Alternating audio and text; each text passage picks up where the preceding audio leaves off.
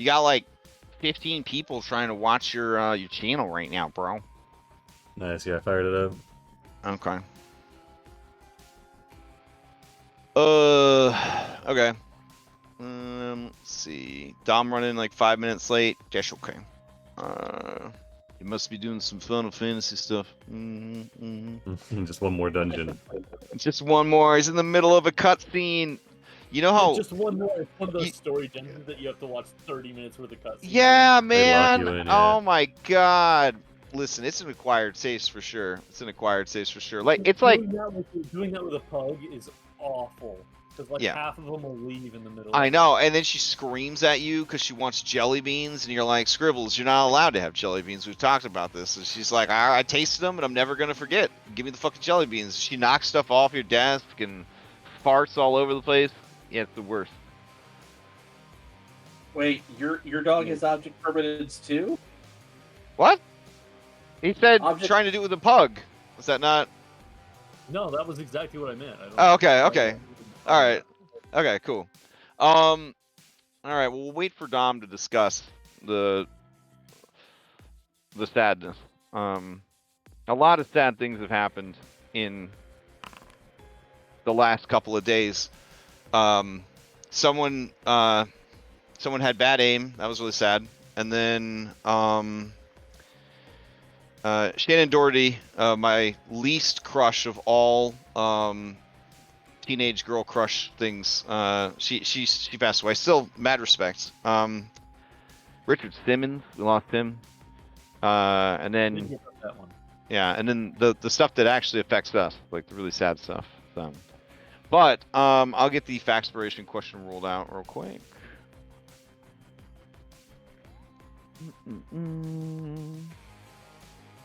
I feel like we've been doing this long enough that we could probably take some time for actual like administrative things before we like jump all the way into it. Wow, this is an easy one today too. Coffee or tea? Describe the perfect cup. Nice. Yeah, that is a nice one. All right, so while you ruminate on that one, oh, do we have Dom? He probably might be driving. Looks like his mic is muted. Oh, okay. Then we'll talk in a bit. So, all right, if you are interested in giving me a recap of what happened last week. Oh, you're here? Okay. Then before we start the session, we should discuss like that SIBA will not be continuing the campaign for, as far as I know, the rest of the campaign. And I think I messaged everybody about it. Maybe it was, yeah, we talked about it in Discord. It was brought up. But, you know, not to put anybody's personal business out there, but he had, you know, personal business that takes priority and precedent over, you know, this. We've been doing this for over 3 years, almost every single Sunday night. It's a huge commitment. And, you know, like in the beginning, he was very gung-ho about the campaign and about everything. And when he's here, he's definitely here. But then he sort of went from just being our Sam Riegel to being our Sam Riegel and Ashley Johnson. And fortunately, David was willing to step up, run the character when he couldn't be here. But as you guys are getting into these higher levels, that's harder and harder to do. And that, you know, that puts a lot of pressure on anybody who has to run a high-level character and then a second high-level character on top of that, especially with the stakes that you guys are dealing with and the, you know, the difficult fights you're dealing with and the decisions that have to be made. In the end, he realized that he just couldn't keep doing that, like half and half. So that's that. How we will handle Steve O'Sheppin, the character, I'm going to convert him over. I've already converted him over to be a DM NPC. So he is much more powerful than a B team member. He can be killed. He doesn't have B team immunity, but he's not as powerful as he was, and he's not as complicated as he was. But the core of his being is still there. So he gets like 3 or 4 spells per short rest. He'll still succeed at the cost of any chance that he gets, and he'll still be he'll still be lobbing those signature spells and those broken homebrew cantrips that we came up with and all that good stuff. So I didn't realize just how support heavy his build was until I was converting it into a demon NPC, and I realized like this dude, like he is just built to try just to keep people alive and help people make rolls and provide like lore checks. Like this is, if ever there was a character that would be okay as a demon NPC, I think this is the one. So that's what we're gonna do for now. If things change for him and he wants to come back and the character's still alive, then he'll just step back into the role. I have no intention of filling the role. If there's like an opportunity for like a fun like guest player or something, I might consider that depending on how things are going. But there's no intention of putting a permanent person in that spot 3.5 years into the campaign, right before the end. So that's that situation. Any questions there that I may or may not be able to answer? Checks out. Okay. The other thing worth discussing is our terrible availability, our terrible schedule. When you only have 4 players, you can still play with 3 players. However, we are in some of the meatiest bits of the adventure, the stuff that you've worked really hard over 3 years to unlock and access. Feels bad to miss out on that stuff. However, we're also at a time of the year where everybody is taking trips and everybody has like work projects and things that they're doing, which is impacting, everyone's availability. So we're good for today. We're good for next Sunday. The following Sunday, probably not good. A lot of people are still going to be traveling. The 4th, we don't have Andronikos, which we might be able to press on depending on where we are plot-wise. The issue there is that most of you have kind of done your epic paths or whatever. We still have no idea what's going on with Andronikos. So a lot of what the rest of the campaign is going to focus on is that. Like, we had the big reveal about Julian. Julian gained access to, like, Skyhold. He's about to, like, manifest his destiny and all that jazz. Stevo finished his way back. Maya finished hers. Like we're getting there. Wait, didn't Julian finish his? Julian finished his, right? Yes, no? I'm not sure. Okay, I feel like... I think he did. Yeah, your thing was accessing Skyhold, right? I can't remember. You got your thing where you got your comeback from dead for free once reward, right? I want to say You mean yes, have I right? used it? Sure. No, but you got it though, right? Yeah. Like,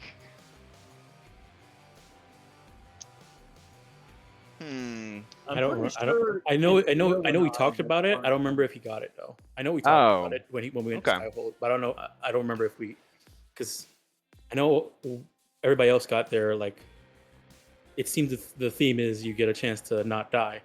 I don't know what with Julian's. I don't remember what Julian's was.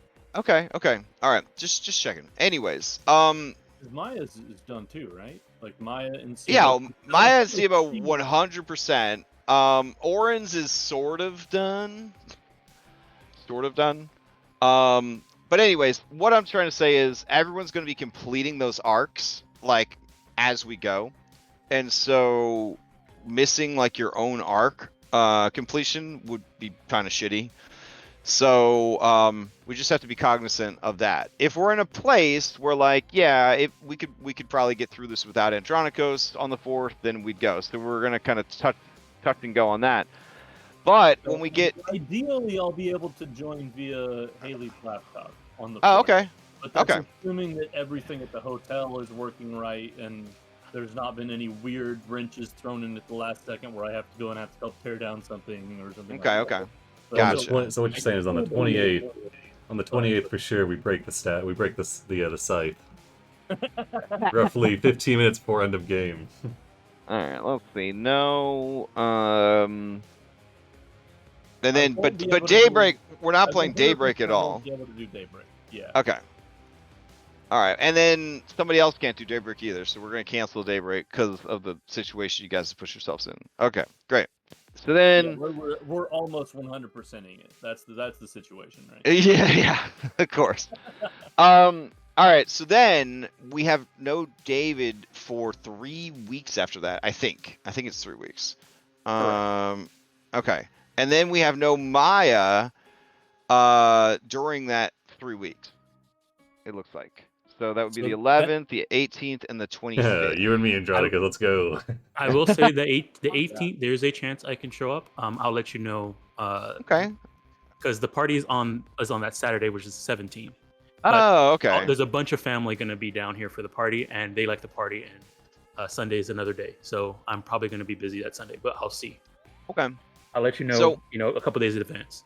All right, so we'll try to stay flexible as we go. Then we get into September. Everything seems fine. And I don't think we have any interruption of service until the holidays. I'd like to finish the campaign by the end of the calendar year. I don't want to like rush anybody, but I think that would be a nice goal. I feel bad that, Ori didn't get to make it to the end of the campaign. And like, I would hate for that to happen to anybody else. You know what I mean? So like, I don't know. I don't want to say I'm like scared straight here to like be like, we got to do it. We got to make it. But like, I don't think it's a bad goal, right? Like try to stay on task, stay focused, get done by the end of the year. We'll see how that goes. Okay. So I just wanted to kind of touch base on those two things. In Twitch chat, Scottrick wants to make sure that we sell the transpo that got dropped during yeah, I didn't repost it. I'm sorry. I couldn't see through all the tiers. So, but yeah, it did get posted. All right. Let's see. Okay, so that covers everything there. Any questions about schedule? Like, we're gonna try to play whenever we can, right? But if it's a day we're like, hey, we probably shouldn't do this without so and so, then we'll cancel if so and so's not there.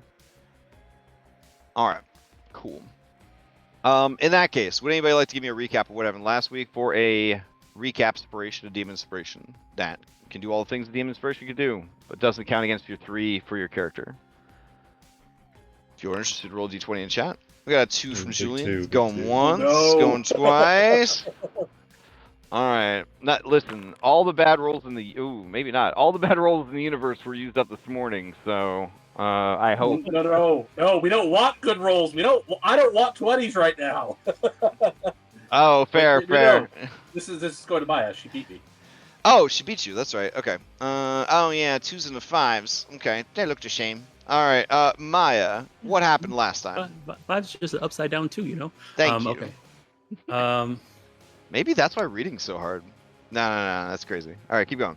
So previously on Mythic Odyssey, we come back to us in the middle of the fight with Halcyon and Fire Elementals and the enemy Dragonlords of Sidon inside the palace throne room. Castus is rallying the people of Mitros while we attempt to survive this onslaught from Halcyon. I'm on the ground, dying. I believe.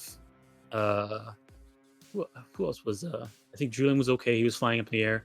Oren was Bane Oren at his low HP.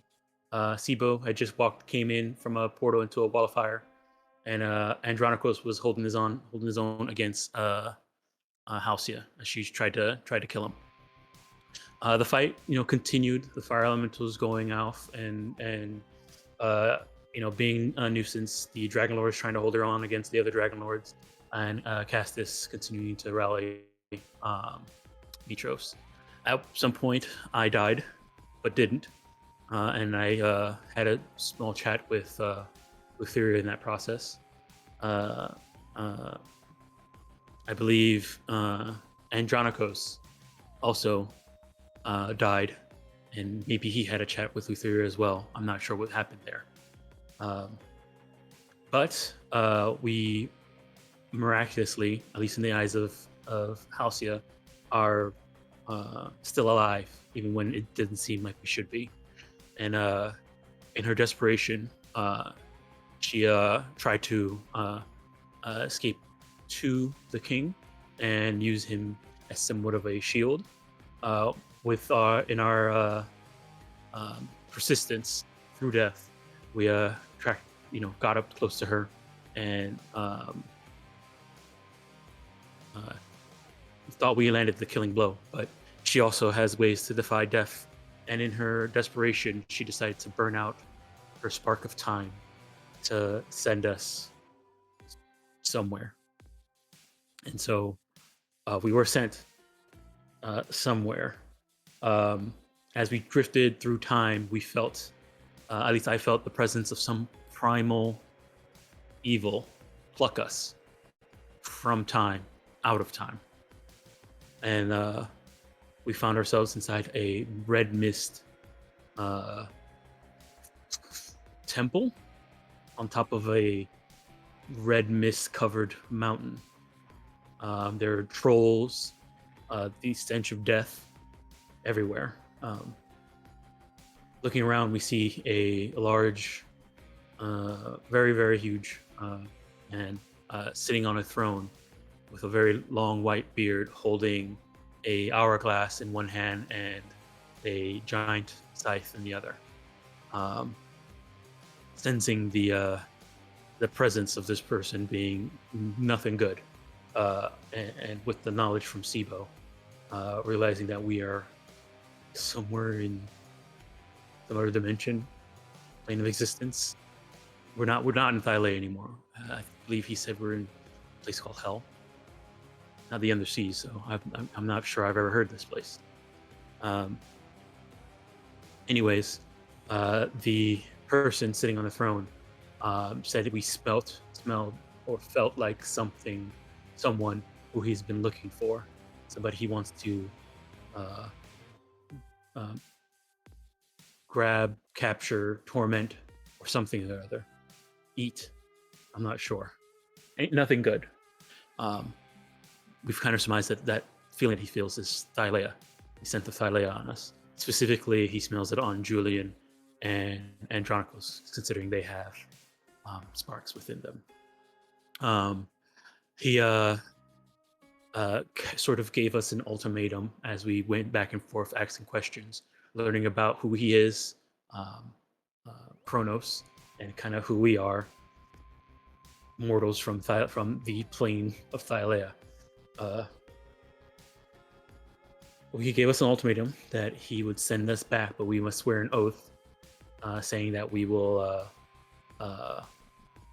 find a way to get him towards Thylea, or get Thylea and bring him back to him, or we'll, in 8 years we will erase from existence. Honestly, in my mind, it seemed like an okay deal. I wouldn't follow through with it, and hopefully in that time we can save and prevent him from ever finding her. Then I'll vanish. But without that, the others, apparently Andronicus heard something in his mind about a jailer who is keeping this Kronos here in this plane of hell, make sure he stays here, mentioning that to escape, death is our only option.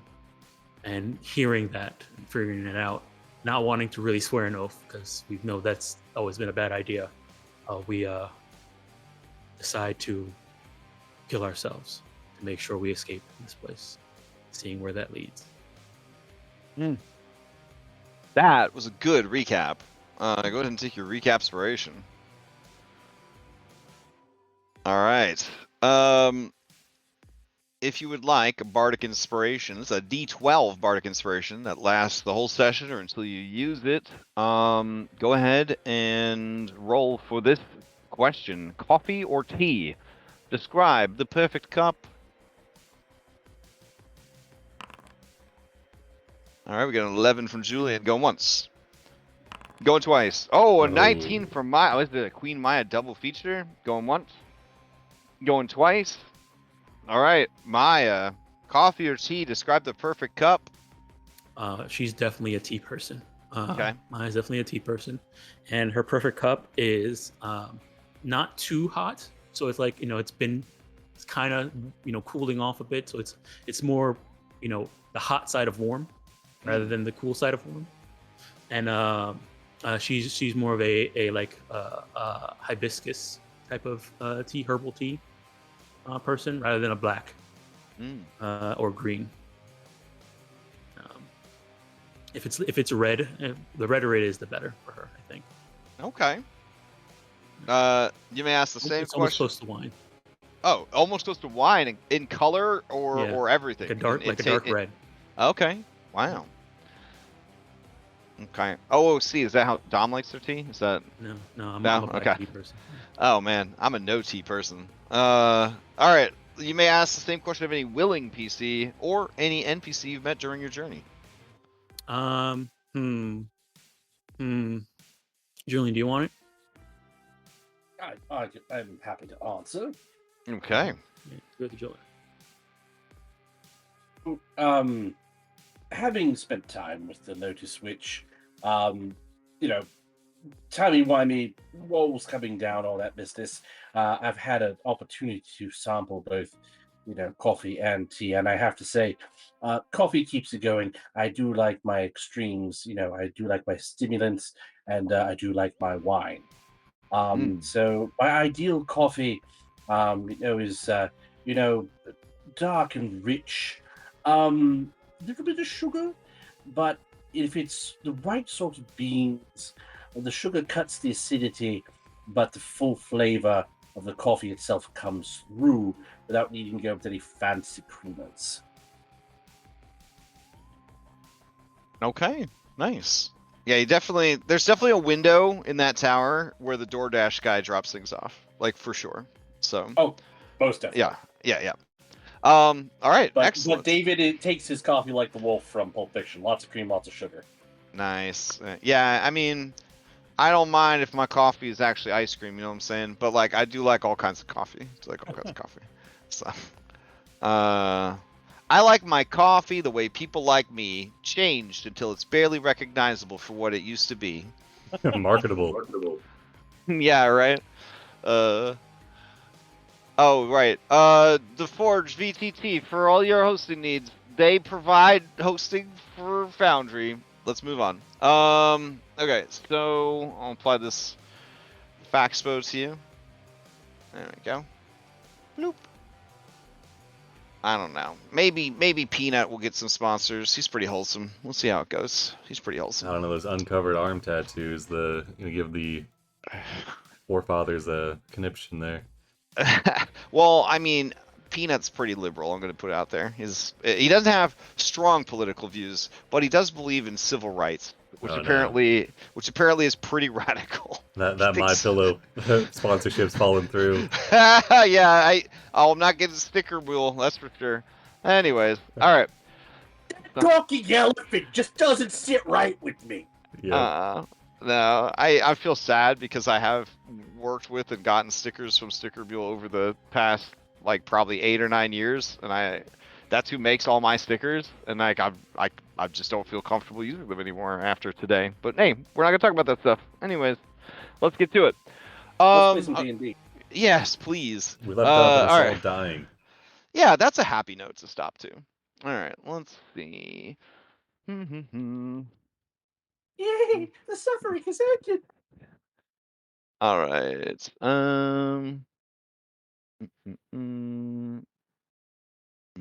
This is a good one, but that's not the one we need. Let's see.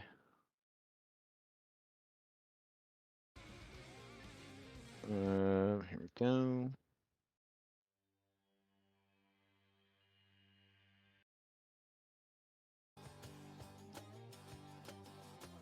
Hold on. Yes, got it. Perfect. All right. Okay.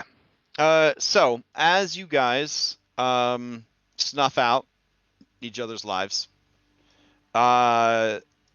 before he has a chance to act and roll himself into initiative, Kronos watches with bewilderment as you guys just kill yourselves. He do have the ability in a normal D&D setting. This one, I just want you to know this cool ability he has. It is called, where is it? Establish order. At the beginning of each round, Kronos rearranges the initiative however he sees fit. Yeah. In this, he just basically can interrupt, like, he has a free interrupt like every round, essentially. Like, he just re-ups his interrupt every round. But really powerful in a static initiative that he can just rearrange the initiative like that. But before he even gets a chance to do it, your Heroes of Prophecy style kicks in, and you guys all snuff out each other's candles. And because you are sort of displaced from time, your bodies just sort of turn into light and vanish.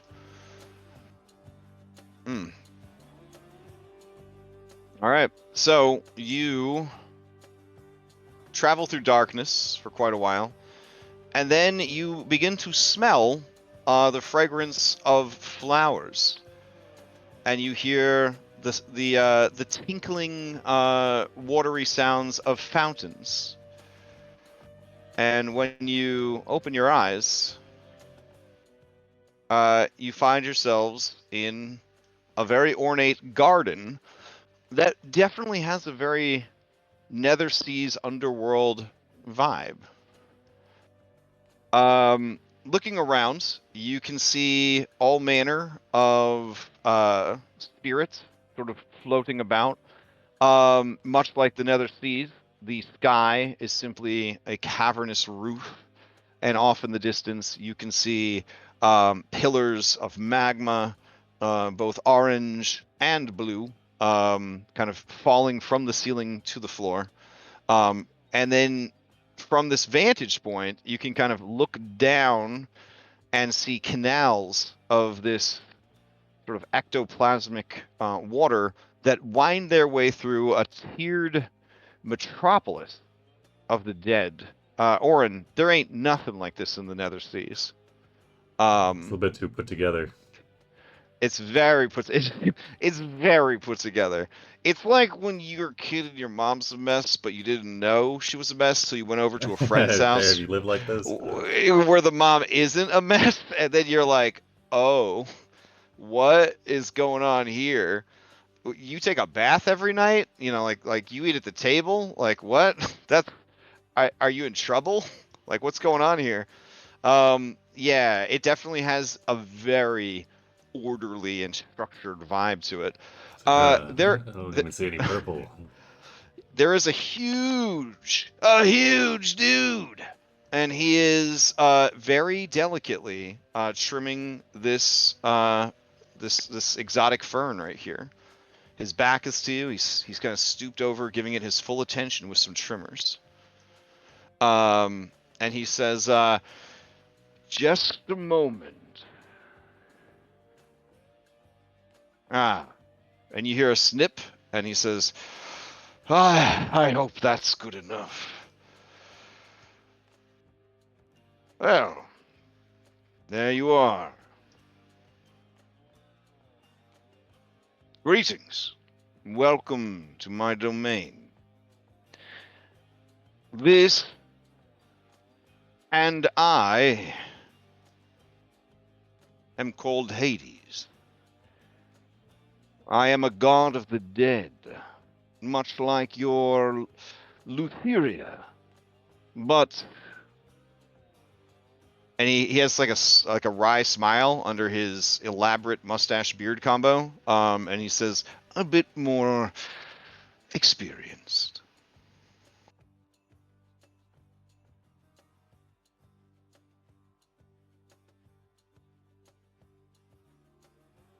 All right, yeah, Warren. He moves as soon as this guy comes into, as soon as we pop into existence. Warren moves to kind of put himself in between the party and this guy.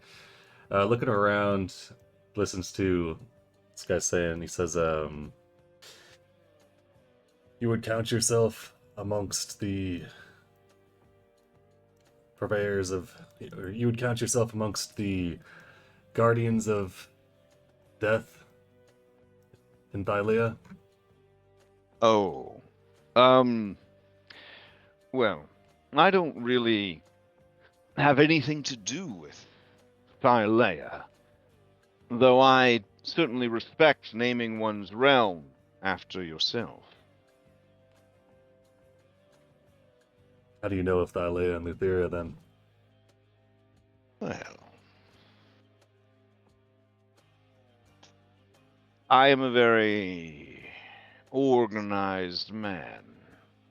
I have to be in my line of work. And I get bored. I have hobbies. I only get to see my wife half the year, and, well, my children, they're difficult. They're hard to understand. So I fill what little free time I have with projects, hobbies.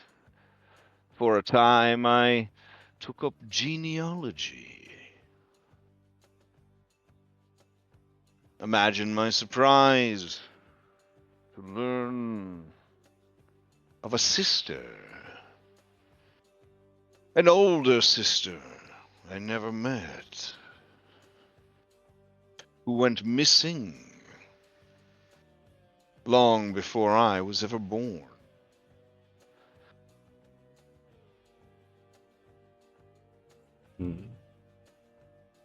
This guy doesn't have a third eye, does he?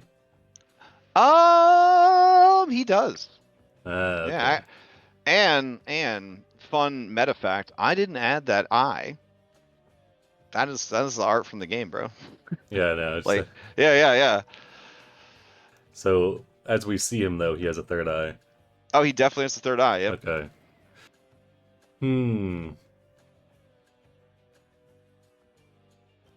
He says, so we are still outside of Thylea's realm then. Yes. You have been stunted out of time and space. Your destination is unclear, but I imagine it will be the future of Thylea. Or your future of Thylea, I suppose. But when I saw you had stumbled into Kronos' cell, I wouldn't be a very good warden if I let my prisoners do what they liked. Thank you for your aid. It is freely given, though not everything will be so free. Do you have the ability to return us to Thylea? I have the ability to return you to where you were when I took you, or more appropriately, when Kronos took you. I have no power over time. You, if any, actually do. It is a power considered too dangerous, even for the gods to wield.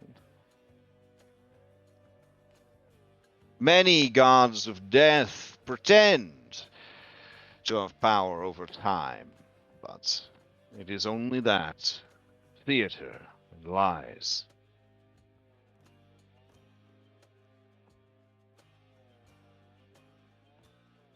But it is good to look upon you, see you.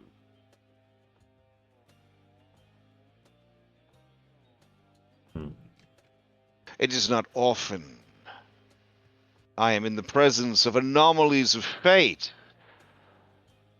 that are of no threat or consequence to me.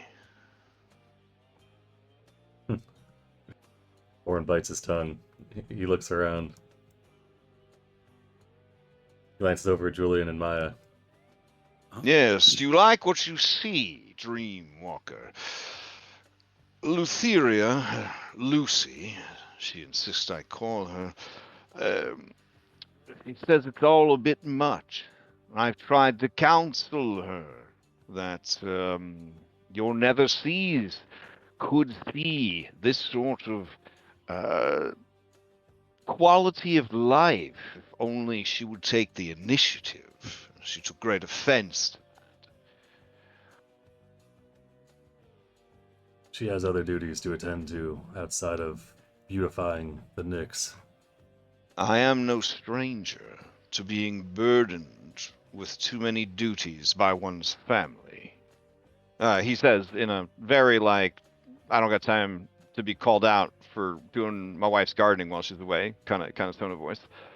But he says, this guy's got look like he's got a lot of spare time in his hand out here tending the ferns. he says, in the beginning, I was very hands-on, but I learned that a good leader must trust those beneath him. You must find the right people for the right jobs. Lucy's issue is doesn't trust anyone else to do it right. I think it is a fear of reprisal from her father. That's if she were to give responsibility to another and they were to fail, ultimately the responsibility would still fall upon her, which is true. Fortunately, the only man I answer to is my brother, usually so deep in his wine, women, and boys that he is never a concern. I simply hold myself to a higher standard, one that I constantly improve. Over the millennia, I have taken on the portfolios, the responsibilities, and the souls of countless worlds and countless gods. I am considered by many to be one of the best in the industry. Orange nods. You've mentioned something about a sister. Are you talking about Thylea? Yes, you truly are wise, champion of Thylea. Your intuition is correct.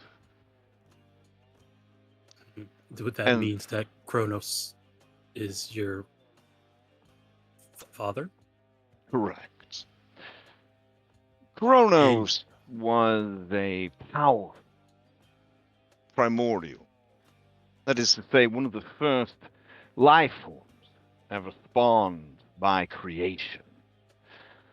He had many domains of power, the mightiest of which was time.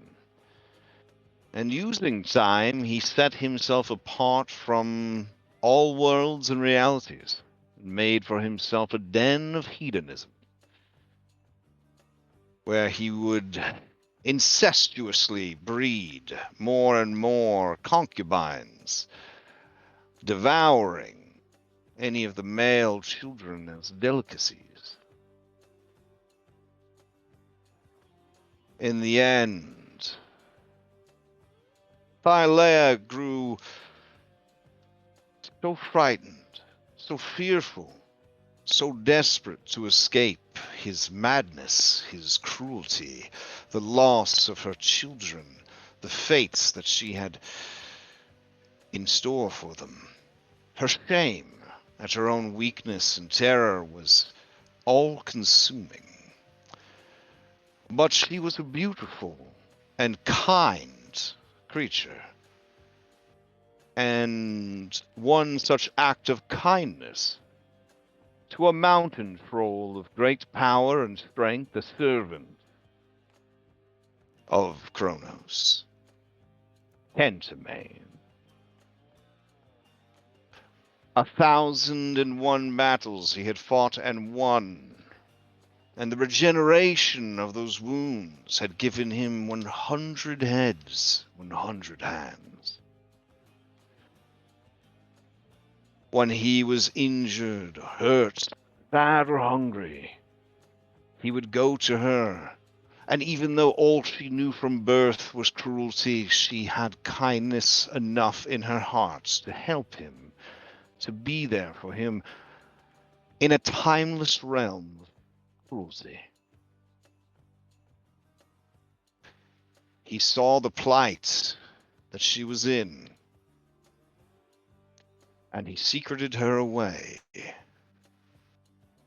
They fled into the Nyx, leaving that place beyond time and re-entering reality.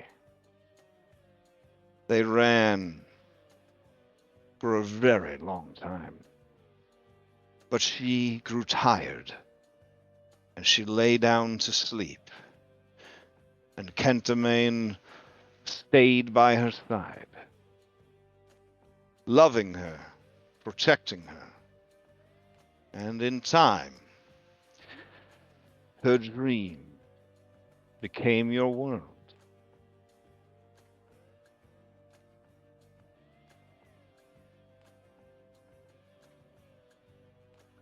Hmm.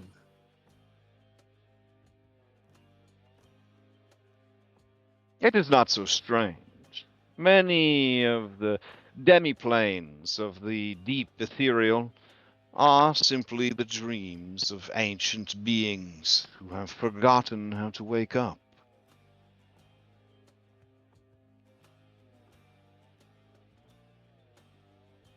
I see.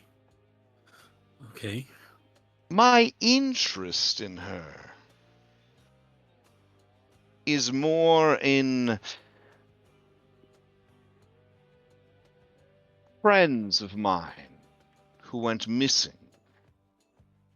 They were unhappy with their lot in life, and a trickster lured them away.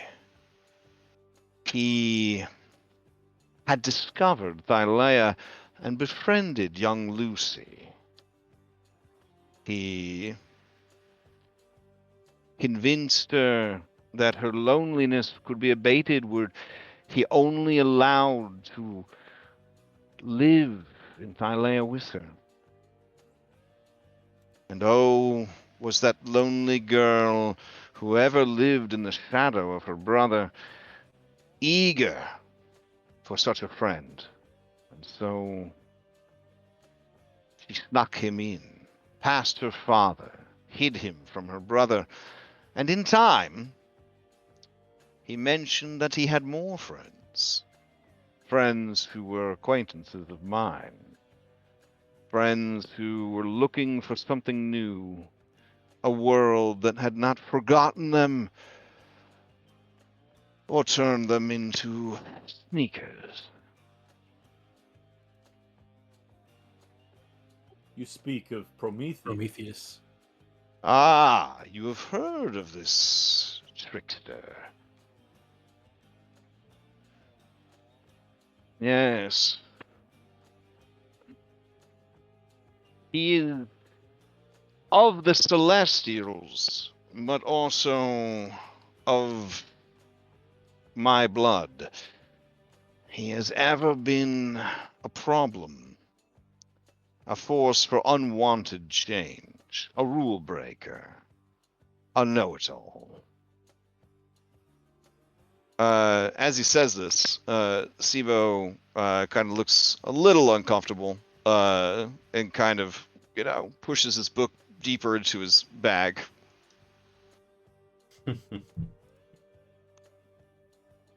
Here's what I would like. I would very much like you to investigate what has happened to them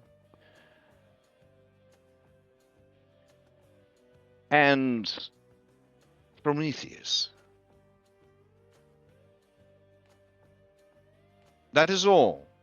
If you find them, tell them that they are welcome home at any time. That there is no bad blood between us. Andronicus looks Yeah. at Sibo. Can I roll insight on that? Yeah, you can roll insight on that.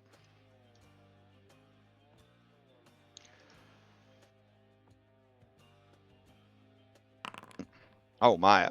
So there is legitimately no bad blood, but you do sense that this dude Hades, he's a sad guy. He's a sad boy. And he is sad for them. He's worried that they are dead, or that they are imprisoned, or that he honestly doesn't know what happened to them. And then he despite kind of being a hard ass looking motherfucker, he is legitimately just wants to know what happened to him. And apparently what happened to them is beyond his ability to see. Yeah, Oren just looks down at Sibo. Yeah. So I want to look at Sibo because we know a little bit at least of what happened. But I guess I guess since we died, are we not on the network anymore? You're definitely not on the network anymore. Oof, Yeah. okay. You are also ghosts in Hades, in front of Hades, which does have actual D&D mechanics. Okay. Yeah. We know something of Prometheus' current situation. Yeah. How fortuitous that is to hear. The brother that you mentioned, he discovered that Prometheus and his friends had arrived. And he... Ah, yes, the youth Sidon. Yes. He didn't take too kindly to it. He sort of views Lucy, as you call her, as his... He views everything as his, really. But they were, as far as I know, not killed, but sort of banished and imprisoned beneath the oceans.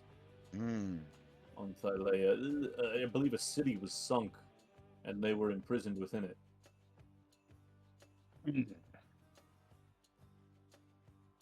He seems disgruntled at this, and he kind of looks away.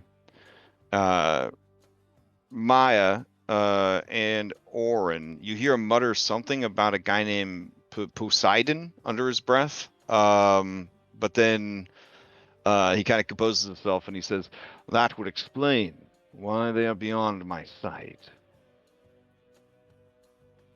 Though,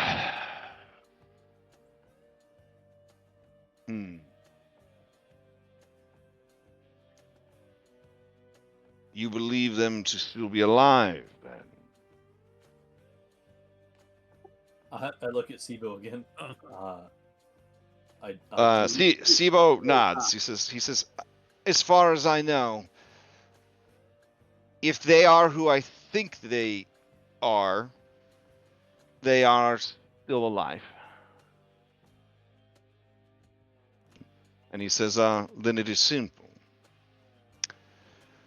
I will return you to your manifest destinies, and you will go and find them and deliver my message." Need to return to the point in time in which we left. Again, it's beyond my control. I can simply return you to your story, and it will play out as it is meant to. I'm sure a handful of anomalies like you will be able to find a way back. Trust me, anytime someone tries to stop you things, just makes everything worse. For them. Well, for everyone. Hopefully none of you have impregnated your own mothers yet. Everybody looks over to Julian.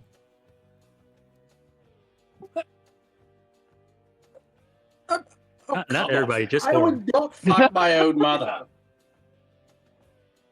Sibo says, "Yet." Stranger things have happened, Julian. That would suggest that I'm my own father. That because of time, I pretend to be my own father. and then die under mysterious circumstances. I mean, there was that time when you almost did your half sister or cousin. Cousin. Oh, come off it. That was different. Yes, cousins is different. Listen, you are amenable to this agreement, an agreement between gentle folk that you will deliver my message. I'm not in the business of swearing oaths with or from anomalies. So just, I don't want to catch whatever you have. Orin heads over to the corner of the pavilion. Just a normal agreement then, not no oath. Of course. Here's the thing. Anomalies cannot be bound to oaths. Sure, people try. It never goes well. You exist because something has gone wrong with the fabric of fate in your timeline, in your world. And you have introduced the chaos that is needed to burn the forest down that it might grow anew from the restorative, nourishing ashes of the forest that was dying of a sickness.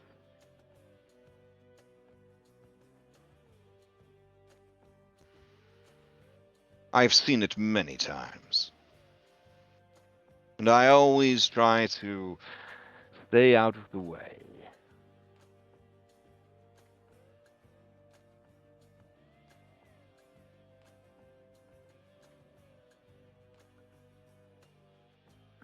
Maya looks at everybody else, and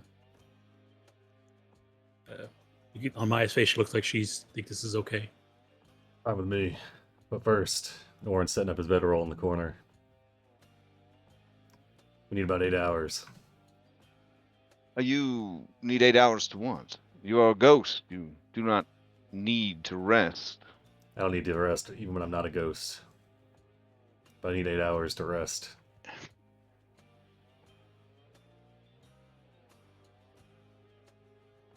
So if we're ghosts and you're going to fling us back to where we were, we're going to reappear in our plane of existence as we are now?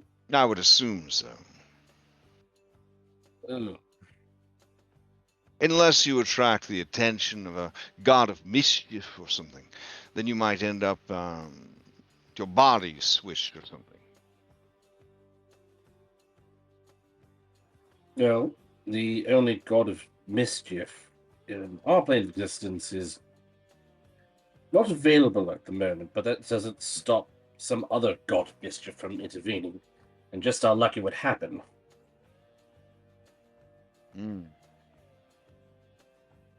Well, I try not to encourage vagrancies like this in my wife's garden. Yeah, just I don't know, be restored or something. And he kind of waves at you guys, and you remove all your status effects and become long rested. Nice. Sweet. Orin starts rolling up his bedroll. According to the Wikipedia, in the 5th Age of Magic, Hades is in the top 3 death gods of the entire multiverse. Top 3, huh? Top 3. Yep, he's in the top 3. Who's they they rule together. That game Baldur's Gate that had three death gods, that's chump change. This is the multiverse version of that. I don't remember what the black and the magenta stood for. Did they go away? Yeah. I think black was your death save counting for what you call it. Okay. Your con saves. Yeah, that was for your con saves. The pink was I believe who debuffed you or something. Does this remove my second set of guilds? I mean, unless they're part of your identity now. I don't know. They sound pretty important to him if he's This asking. is the outer planes, bro. It's all metaphysical. I Like don't whatever. know if it as a status effect. Like you said to remove status effects. That's why I wasn't sure. Right. No. Like he's just healing you up. If you want to take this opportunity to re-envision yourself without an extra set of things, you may attempt a raw intelligence, wisdom, or charisma check to see if you can reshape your belief about yourself. Nope, you still have 2 gills. All right. All right. Or We all 2 wake sets up. of gills. Do we all get rested within view of Sibo? Yes. NPC Sibo still has awkwardly watch your friend sleeping, the ability. Excellent. The one ability I forgot to give him is throw 1d6 dice at people. Does he still have What's that thing called? Healing light. Healing light? Yeah. Okay. Do we still have Sibo book? Yes, Sibo book is still a buff. Like I said, his entire build is literally just buffing you guys. All right. 1 action, healing. These only heal 1d6 though, right? Yep. Okay. They're kind of just like emergency heals. Okay. It's Warlock can't get healing word, I don't think. Well, he can Yeah. extend like a lot of them at the same Yeah, how time. many does he get per day? Does anybody know? I think it's equal to his level. Oh, wow. Okay. All right, cool. Oh, he gets 1 plus his Warlock level. Oh my god. True. He'd spend up to an amount equal to his charisma mod. I assume that's reskinned it in. It's in, yep. Okay.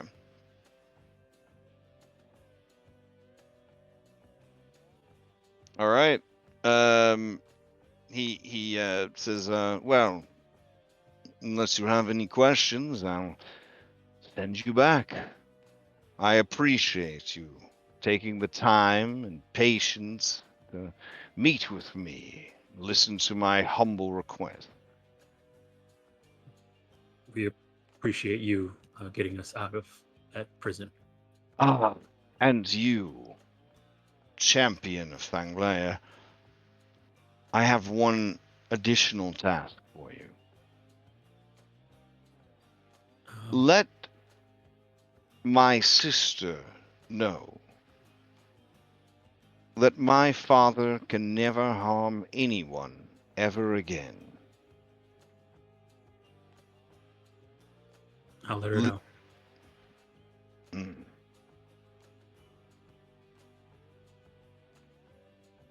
All right. And with that, he just sort of claps his hands together. You guys are banished back to your timeline.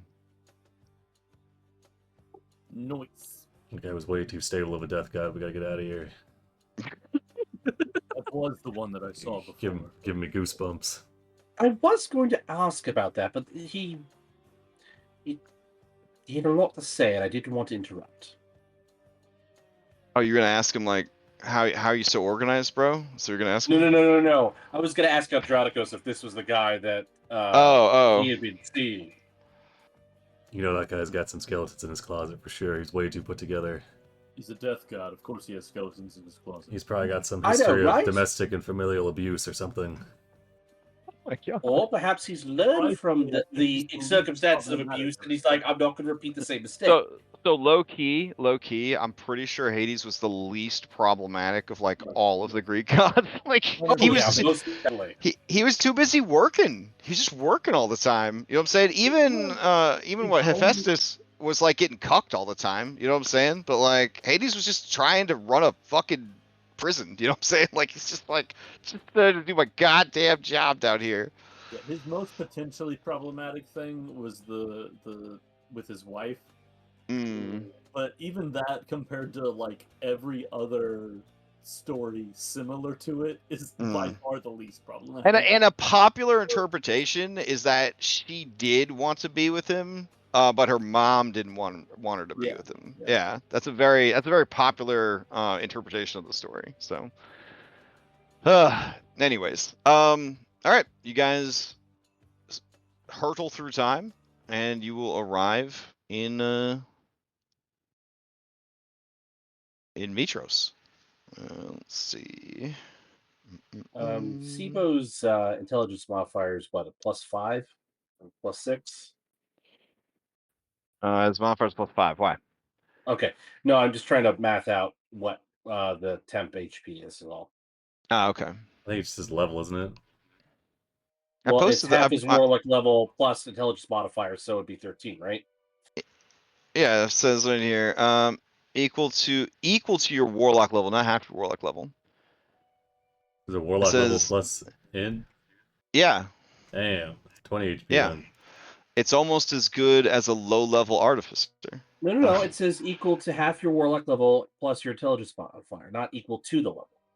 Yeah, it says those creatures each gain temporary hit points equal to half your warlock level plus your intelligence modifier. Oh, he gains the big amount. You guys gain the smaller amount. Yeah. Okay, sorry. Yeah. Okay, he gains the big amount. Okay. Okay, so 13. 12, 13. All right. I'll take you over to the map.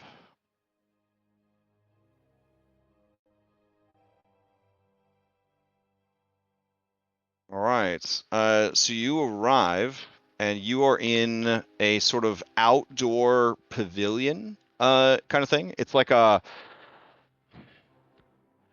there's pillars and there's a roof, but there's no walls.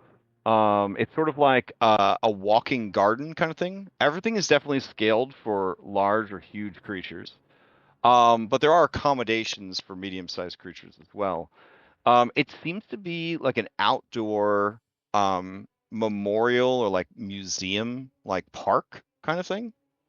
And as you look around, you see families of minotaurs, centaurs, humans, fey creatures, and Gigans, cyclopses, sort of walking through the park and looking at the statues and the artwork that is on display.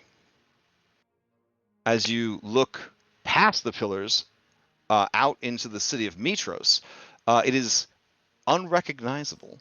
Everywhere you see raiments and statues celebrating Sidon, the god of storm. Almost always he is depicted in his Gigan form. And there's even a giant statue of him and his incestuous daughter Halthia, where the Colossus of Pythor once stood.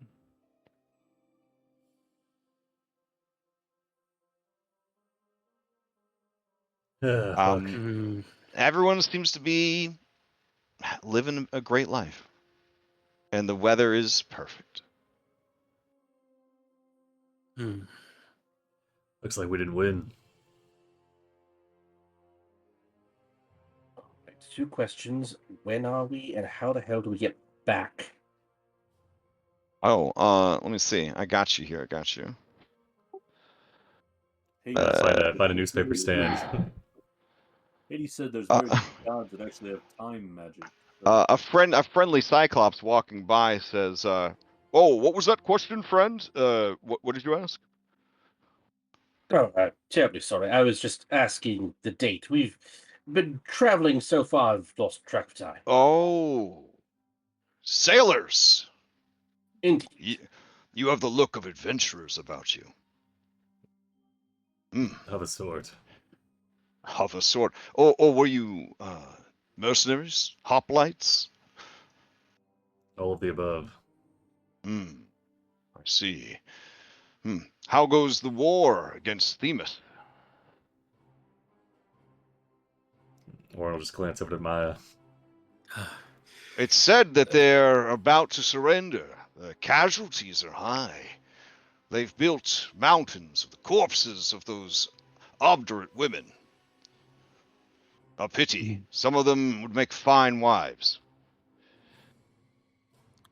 I'm not sure. Maybe you can fill us in. Oh, I thought you were the soldier mercenaries.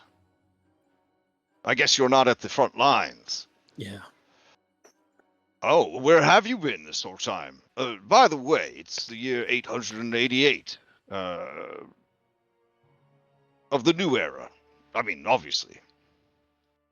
It's not like you've been gone for 888 years. That'd be crazy. Yeah. Or just stares at him and grimaces. But it can be a bit confusing sometimes. A lot of my friends, they still want to use the old-fashioned calendar, the one before those pesky Dragonlords or whatever came in and ruined everything, and then when Sidon took back our homeland from the invaders, he felt like a fresh start was in order. It's been 888 years since that amazing battle. And he motions to all the beautiful statuary that's depicting the great battle for Thylea. That's what they call it. I see.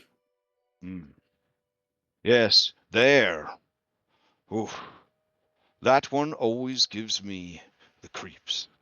He points to a massive statue, not as big as the Colossus-sized statue of Sidon and Halcyon, but a massive statue that depicts a 100-headed, 100-armed entity tearing apart what looks like the Titans that you guys freed.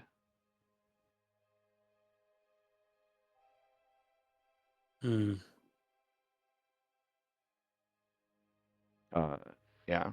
And he says, I am just happy that is all behind us. I'm a simple merchant, though I will pick up my sword and spear and shield if I need to defend our fair city of New Praxis.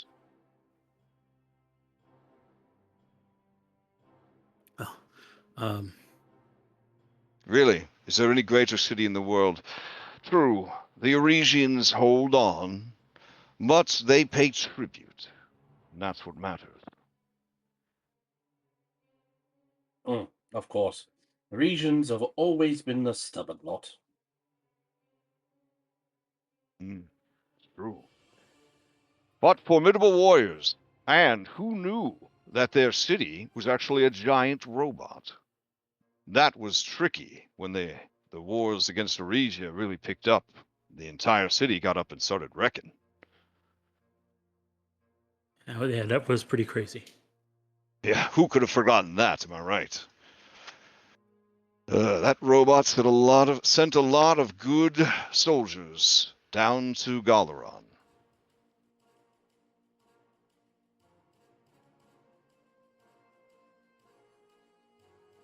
More's the pity.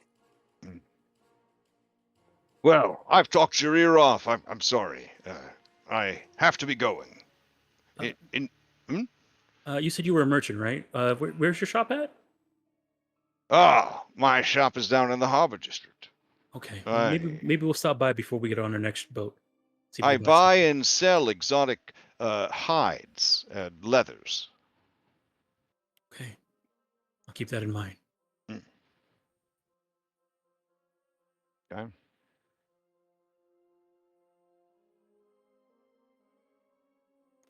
Oh boy. Oh boy, indeed.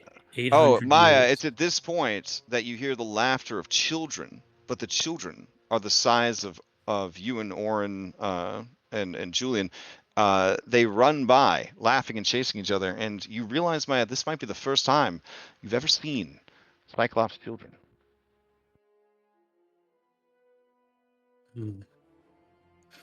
Okay, well, if Thebes is still at war, I guess that's one place we could probably get to. Need to find who holds time now. Yeah. I mean, we need Halcyon is still shown there, so maybe. But also looking around, oh boy. Oh, and as you look around, you do see in this memorial garden a statue of Halcyon. There are people gathered around offering tributes and prayers. I guess trying to like just take the group and kind of go near and I want to try and hear out to see what they're wishing about, what they're praying about. Oh, okay. Guess what domain she holds. Okay. Yeah, the general gist is like a prayer. Like one of the prayers that you would hear is, I send my prayers to the memory of Lady Halcyon, the sacrifice she made to secure the war against the invaders and bring about this age of peace will never be forgotten. Though she is gone from this world, she will never be forgotten. I hope for the strength and courage to make the sacrifices I need when the time comes, etc., etc. Okay. One thing the two of you noticed, especially Sibo with his dope ass investigational skills and history, is there's really not any mention of you guys at all. There's no statues of you. There's no carvings. There wouldn't be. The victors rewrite history. Mm-hmm. Nobody's even wearing Air Julians anymore. Nope. Dang. Oh, those would have been outlawed. Yeah. They're highly prized in the collector's market. Okay. You hear heavy footfalls coming towards you, and Andronikos. There are two Cyclops children, almost as tall as you are, and one of them says, "Mister, you're a Triton?" I am. Oh, I knew it. What's it like being what's it like in the ocean? Wet. Oh, I knew it.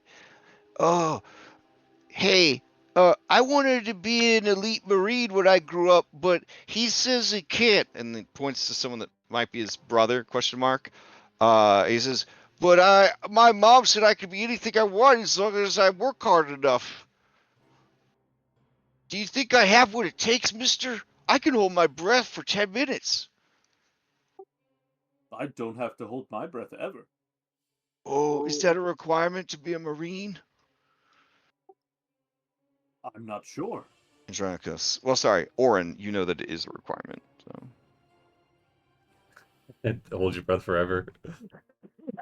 Well, they take Marine literally in this campaign setting. Like, that is an aquatic troop that fights along the shorelines. He says, "Do not worry, little one. There is magic nowadays that can allow you to breathe forever." So Yes, I would. look at and I show him my second set of gills. Like, I was only born with one set of gills. I required this second one through magic. Maybe similar magic, and you could be a Marine. Then I will go to the shrine of Hergeron and pray every day. Thank you. Thank you. And then he runs off, and his brother says, "Wait for me!" And he runs after him. And he turns. He looks at you, and Andronikos and Oren. He says, "Thanks, you guys. It means a lot to him. I was trying to keep him from having his feelings hurt. But if you guys really think it, I'm going to do everything I can to help him." So you can do it. And he runs off after his brother.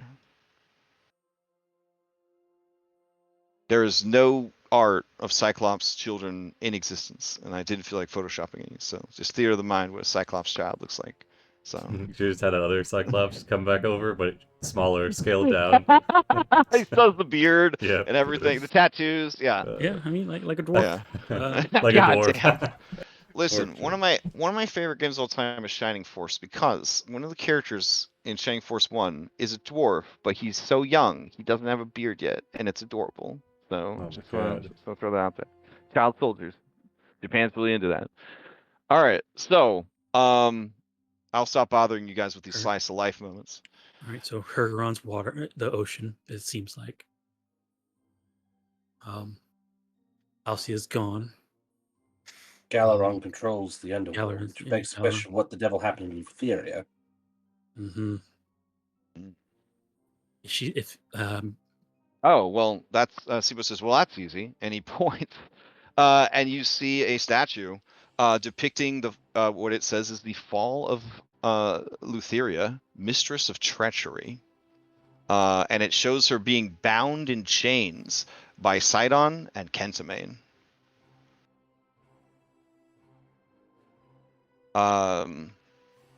Yeah, in the depiction, her eyes look like they have been gouged out.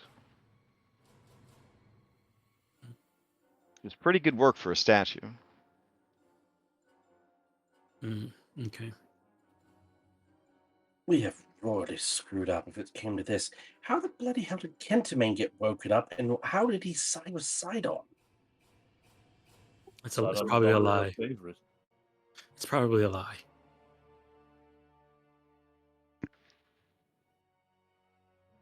They probably just put it there to make sure that people believe it. I don't think Kentamane probably did anything with it. Sibo says, I don't know, Maya. I mean, the track record so far is when he sets down a punishment for one of these kids, he wants that kid punished. And I mean, Yeah. we and Lutheria, we undid a lot of those punishments. It's a very good point. And plus, given that it's almost been 1,000 years, it's going to be very hard to separate what's historically accurate and what's propaganda at this point. He says, Julian, I can only get so hard. Please stop. Dewey Decimal System. He says, maybe we should see if they have a university. That was going to be my suggestion.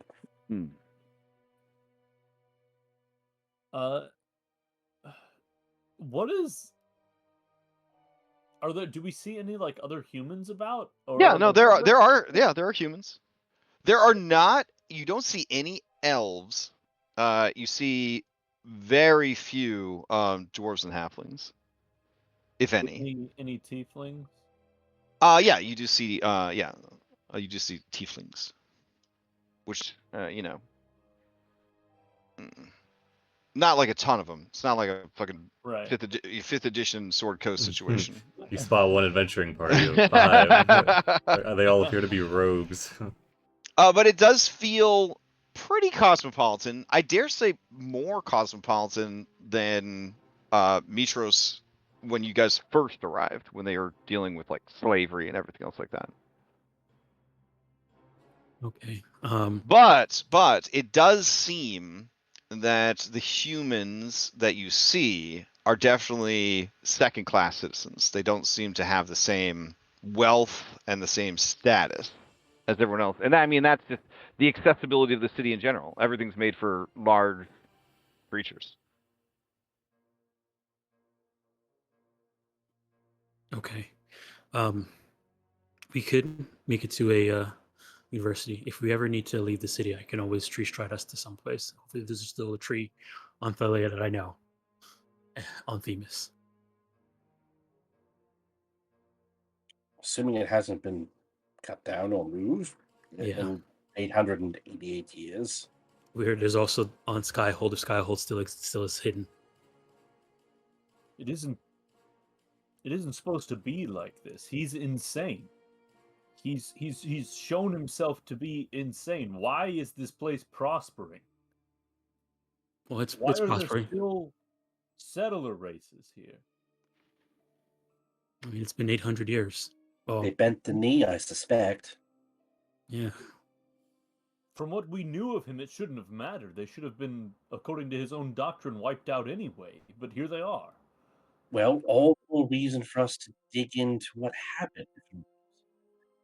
I think the first order of business is to figure out what went wrong or what went right. I don't know what happened, and let us pass through it, and then let's figure out how we can get back to where we left and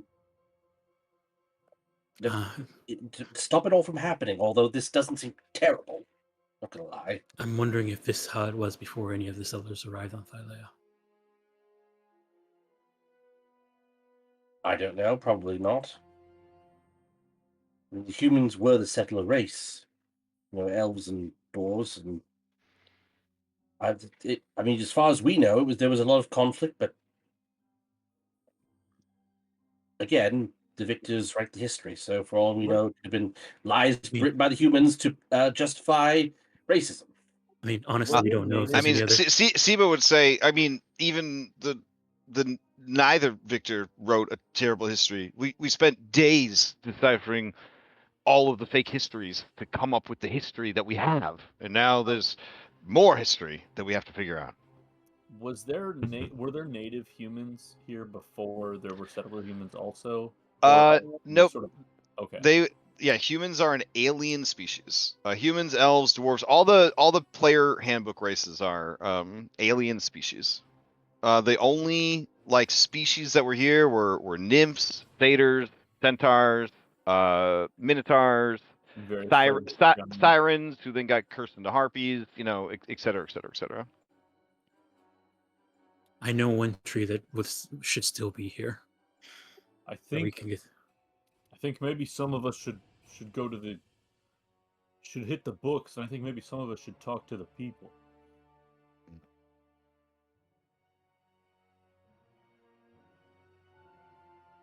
Now, the longer you're here and the more you're looking around, you do realize that many of the humans that you see are more than likely slaves.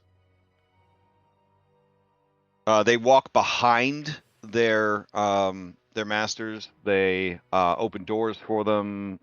They don't make eye contact. They definitely have a sort of that second class citizen that you sort of saw at first. You're realizing like that's why. Now, obviously, there are exceptions because you guys walking so brazenly about with your weapons and equipment and all that. You're in the presence of a Triton. They're probably making an assumption about you guys being, mercenaries, probably gladiators that won your freedom. The classic stuff. Wonder where the scythe is.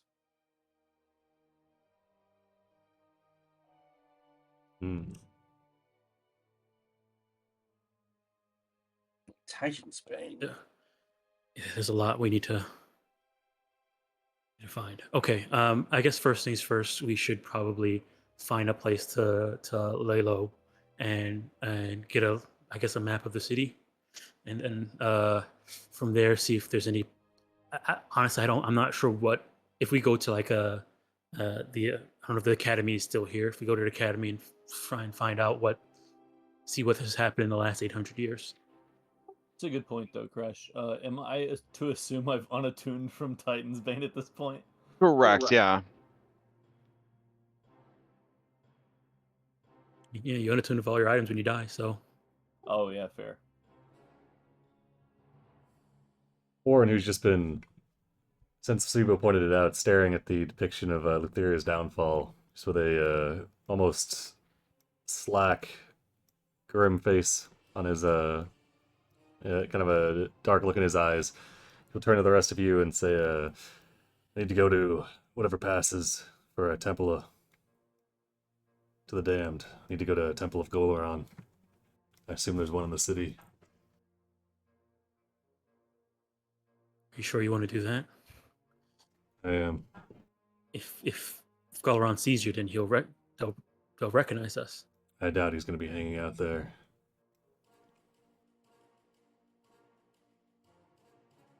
Now, what's interesting is Julian, when you and Andronicos first got here, there were no prayers coming in.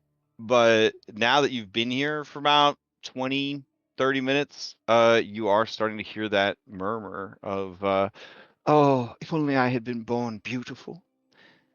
If only I weren't so ugly. And this is going to be my finest work. If only I could capture the beauty of the seaport in this painting, etc., etc. And Andronicos, you hear, I wish this day would go by faster. Every day I work and toil, but soon I will get to see her, but not until the sun sets. If only things could move faster, if only I could move faster, and so on and so forth. I really need to catch this chariot bus. Dang, 880 years of no god of beauty or speed. Probably not a lot of relay races getting around there. they probably don't know that they don't exist. The top speed on your average person is like 2 miles per hour, and they're I don't want to blow you guys' mind, but when a domain isn't covered by somebody, right? They just sort of pretend that their stuff gets blessed or that they are being tested. Fortunately, that doesn't happen. Fortunately, that doesn't happen in real life because all the gods in real life grant all of our prayers and stuff. But true. when there's not a domain for it, if you get what you prayed for, you're like, God's looking out for me. And if you don't get what you wished for or you prayed for, you're like, God's testing me. So that's pretty much how they handle that stuff. I wonder if. But yeah, there's not a lot of. Julian, there ain't a lot of beautiful people around. Just saying. So. Wonder if they'll be able to notice the other gods now that the sparks are back. We might not have that much time. We should hurry. That is a very valid point. We shouldn't spread ourselves too thin. I suppose I can go with Sibo, see if we can't get access to what passes for a university or an academy. I'll go with Oren. Well, Sibo does say, well, we could also just finish walking around the gardens. I mean, it's not going to be the truth, but it might give us some idea of what they are saying happened. We'll walk the gardens first, and then Oren and I can go to the temple, and you and Julian can go to the. We'll try to find a library of some sort. I'm not sure, Maya. Do you want to go look for a large tree in case we need to get back here, or do you want to come along with one of us? I mean, there's tons of trees around, so the ones here I'm okay with. It's hopefully that the tree either if anything, there is one tree, probably on Thylea's heart island that we can get to if that's a place we want to head to. That might be safe. If not, might be the best. Themis. Indicate to Thylea what you were asked to tell her. Yeah, that as well, and as well as to if Skyhold is still hidden and hasn't been revealed, didn't reveal itself because we never chose to reveal it. That's true. Hopefully, it's still hidden. If it is, then we can also head back there. I don't know if it's been over 800 years, so I'm not sure how that's going to go. Probably. Well, they managed to keep themselves together for 500. Well, we do know that it wasn't 500. They were there. They found it and then took it over for however long they were there for. Oh, all right, fine. It wasn't 500 years, but they held out for a while. I mean, I would hope that they'd be cagey enough that they could keep the ruse going. Okay. I wonder if looking up at the sun, at the sky, does it look like the sun is there still moving? Yeah, the sun's still there, still doing its job. Okay. I wonder if Helios. Are you asking after Helios? Yeah. I wonder if Helios is still doing his thing. From what we learned, he was a dragon as well. So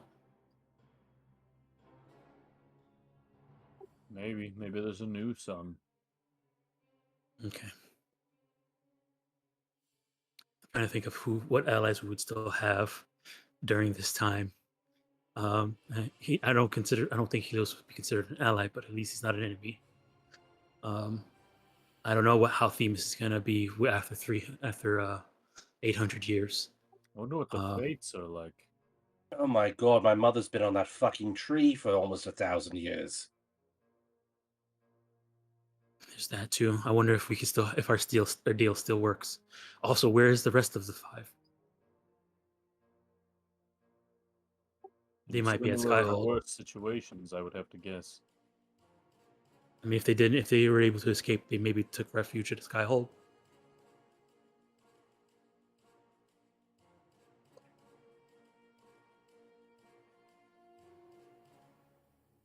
Okay, well, so we've got to find out information. Where do we want to go next? Okay, first things first. Let's walk the garden, and then I'll I'll go with Julian and Sibo to find the academy. Okay. All right. As you guys walk the gardens, you do get some odd looks from people. A lot of people point at Sibo because, as a small, he is definitely a curiosity. But nobody says anything or causes any trouble because you guys do look tough AF. So that's going for you.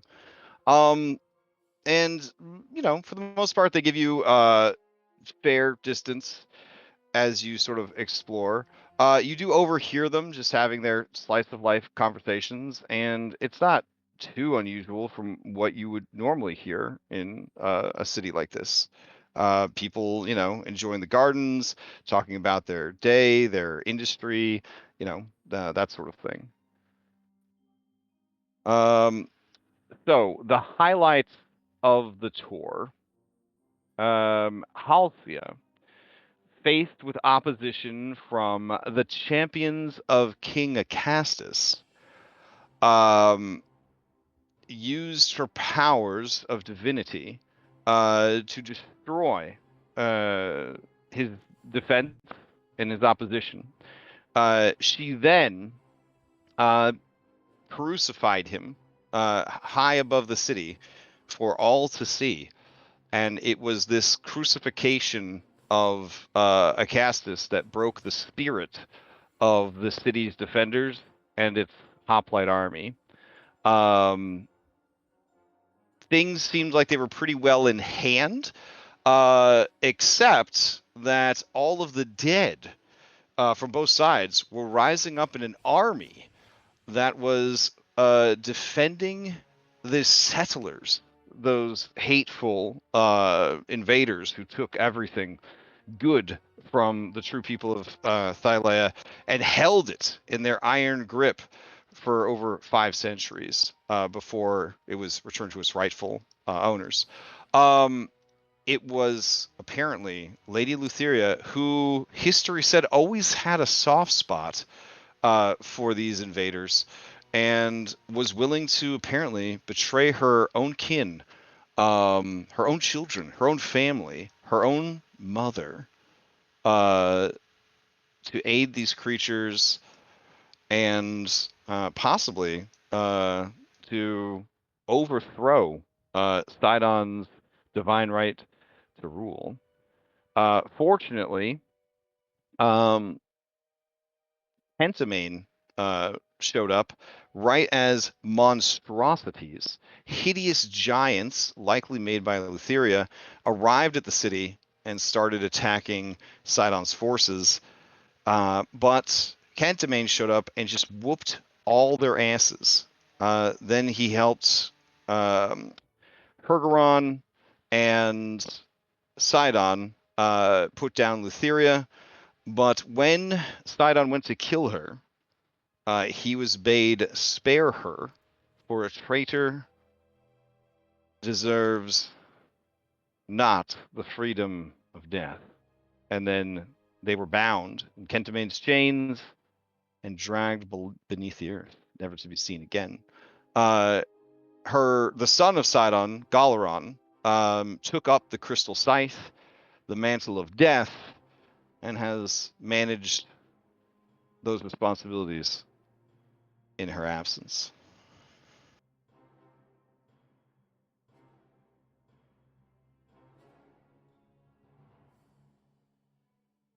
No. Other things worth noting. Talius died in the terrorist attack on Praxis. He will always be remembered as being a god of love and passion and beauty, and that is who people would pray to for beauty in these times if they were to pray to a god for beauty, even though he is dead. It is often said when you show up for a date and your date is pretty hideous that beauty died a long time ago.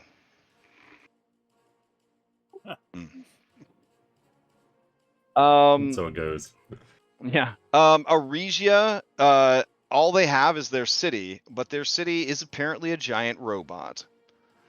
Because their support of Mitros deserved to be punished, and Queen Helen died in the Battle of Mitros along with her strongest warriors, but apparently there was a civil war brewing just beneath the surface in Arisia, and an entity known as the Shadow Lord took the opportunity of the war and her death to seize control of Arisia and then shore up its defenses for the inevitable reprisal, which they were able to fight off.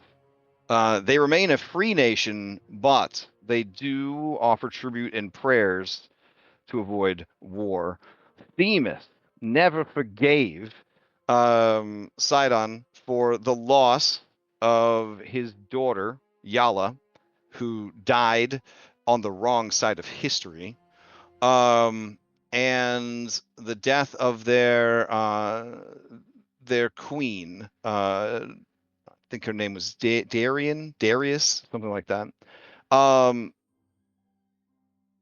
The remaining people of Themis are back to their more wild and tribal ways, whatever order they had established right before the great battle for Thylea fell apart in the aftermath of the war.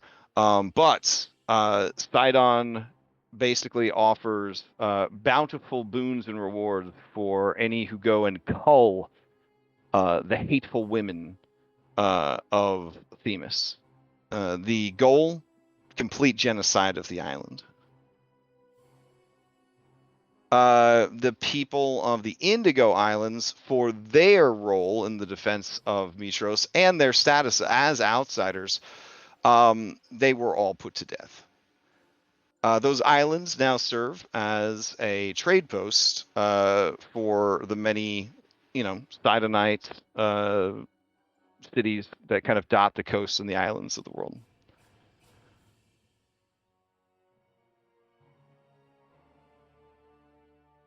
Let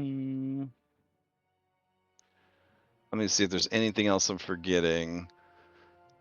Those are the major beats. I guess if you have questions, I could try to answer those questions for you guys.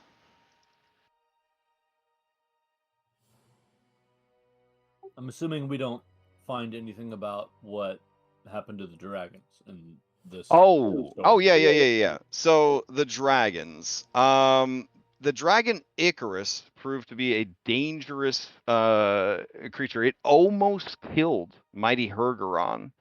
But fortunately, Lutheria's giant monsters, apparently hard to control and not knowing who to attack, tore that dragon apart just in time to save Hergeron's life. A fortunate turn of events.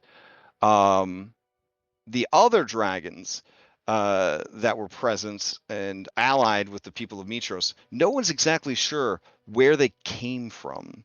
It's believed that Lutheria raised them in secret in the Nether Seas and unleashed them as living war machines upon the city when she made her coup against Sidon.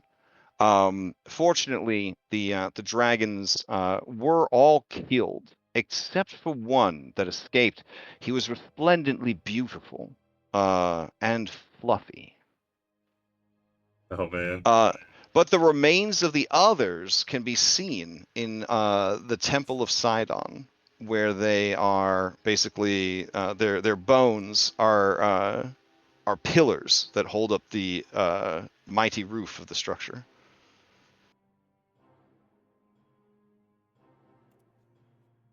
And also here's a map of the city. I heard Dom mention something about a map of the city. Yeah. Do you have a map of that size of the city before, just for fun? Oh, like of Mitros? Yeah. Oh yeah, I can grab one. They definitely did some restructuring. Let's see.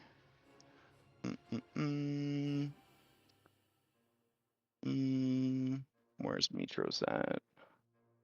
Mitros. I might have to grab it from the Mitros map.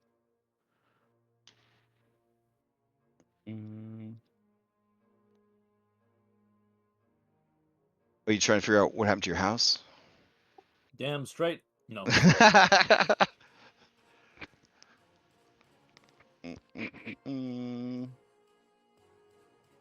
All right. Where's my city?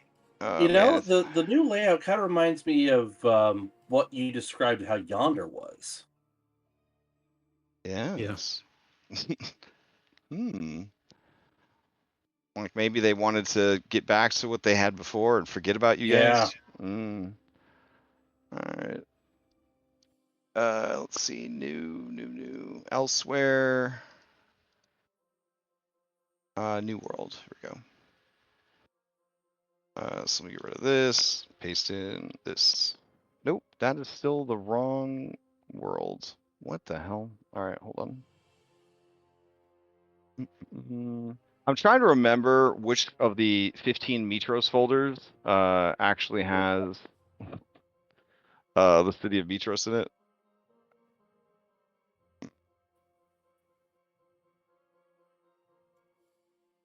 Right now, it's not going too good. Is that? No, that's Astoria. I'm deeply saddened right now. Anyways, I'll get it figured out for you guys. Continue planning. Okay. Did learn a lot from walking this garden, but you think we're gonna find more going to the academy, if there's an academy here?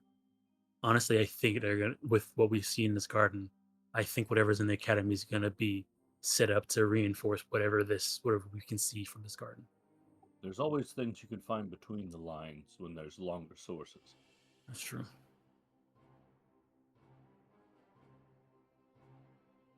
There we go.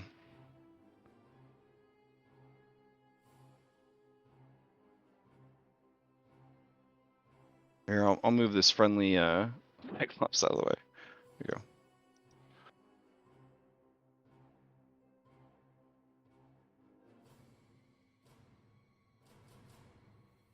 Yeah, I can see a lot of terraforming happened.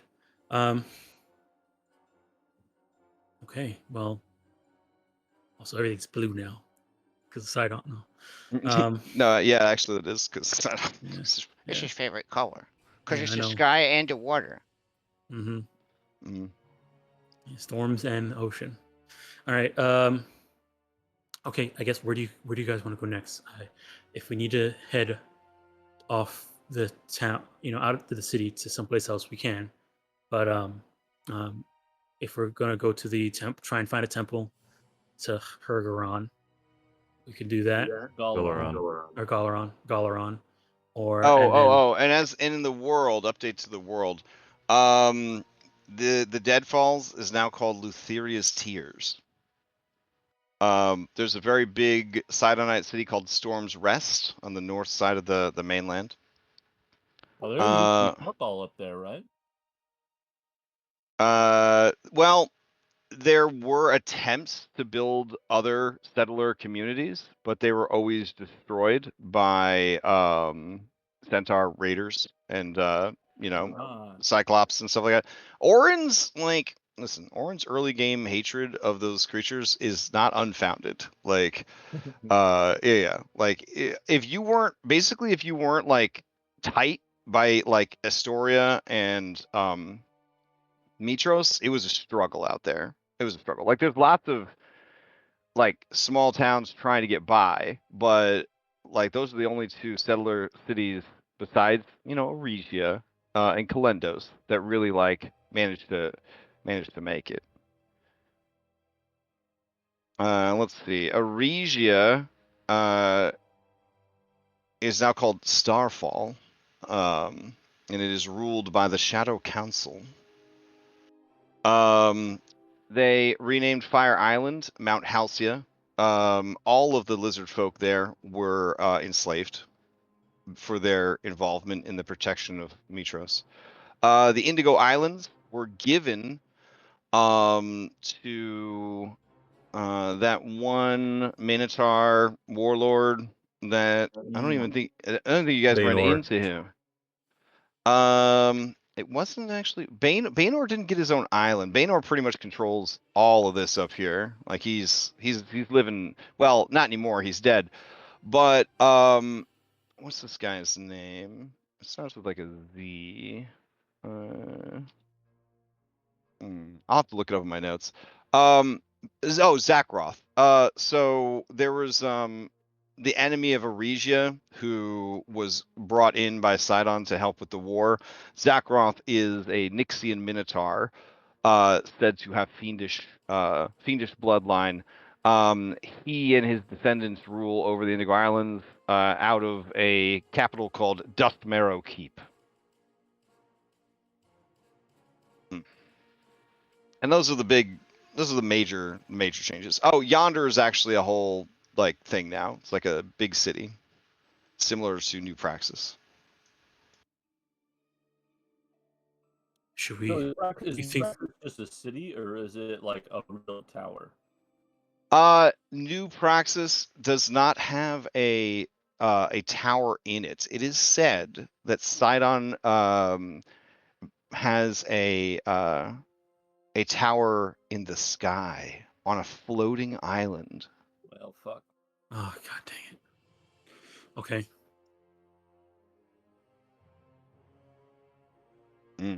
Okay.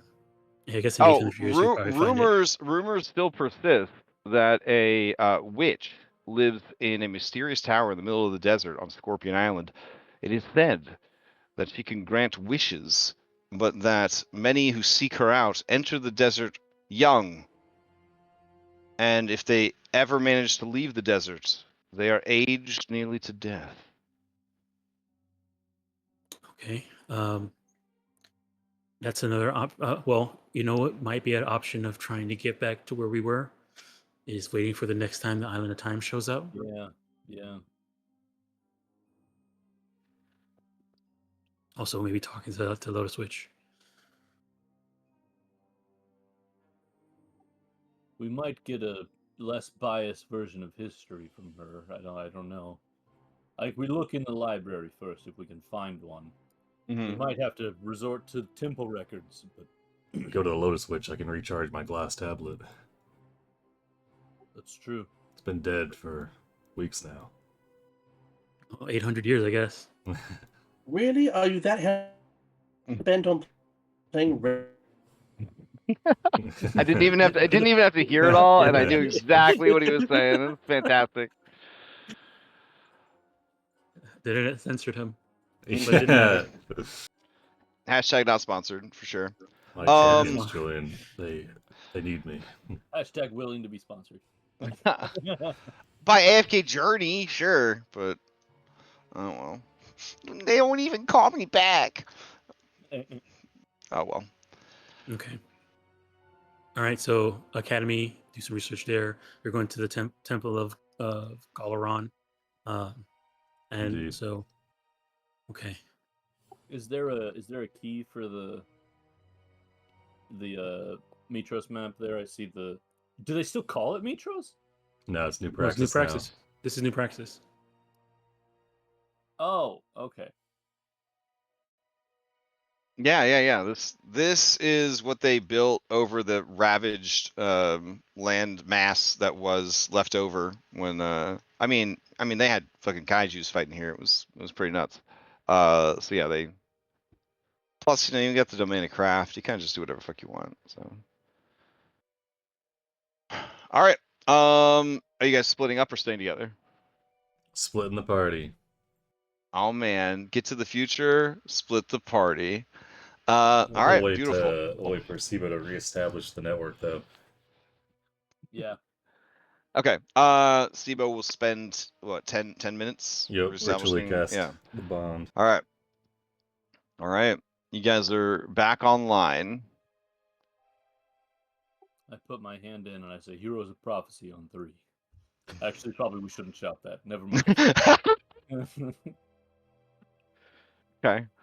SIBO says, "What if we did something else, like hats of pizza?"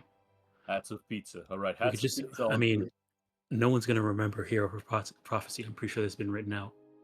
Yeah, but if somebody did, it'd be the wrong somebody. Yeah. But that might be good, because then we know somebody that knows something they're not supposed to know. Yeah. But then that might be bad, because then they might hear and not say something about it, but go say something to someone else who needs to know about it. How about we just say, Julie just sort of face palms through his mask. It's just like, can we bloody well get on with things? We'll just say Stormbreaker. Or we can do nothing that draws attention to ourselves, or we can go about our business, and we can leave the pep talks for later. That's right. Dang. 3, 2, All 1. right. Steve shouts. I mean, we also could just say it inside the SIBO network and not say it out loud. Okay. Oh, yeah, that's true. That's true. Oh, okay. So you guys think 1, 2, 3 Heroes of Prophecy? Yes. Who are? Wow. Okay. Yep. All right. So you 3 are going to the library. All right. There is a public library. When you arrive, whoa! I just realized something. We got the feeling that that humans were slaves, and we've kind of been getting around because Andronikos has been kind of around with us. Yeah, Andronikos definitely commands respect by existing. Julian's in like full bronze armor. You got like your regal bearing, and then Sibo's your attendant or something. It'll be fine.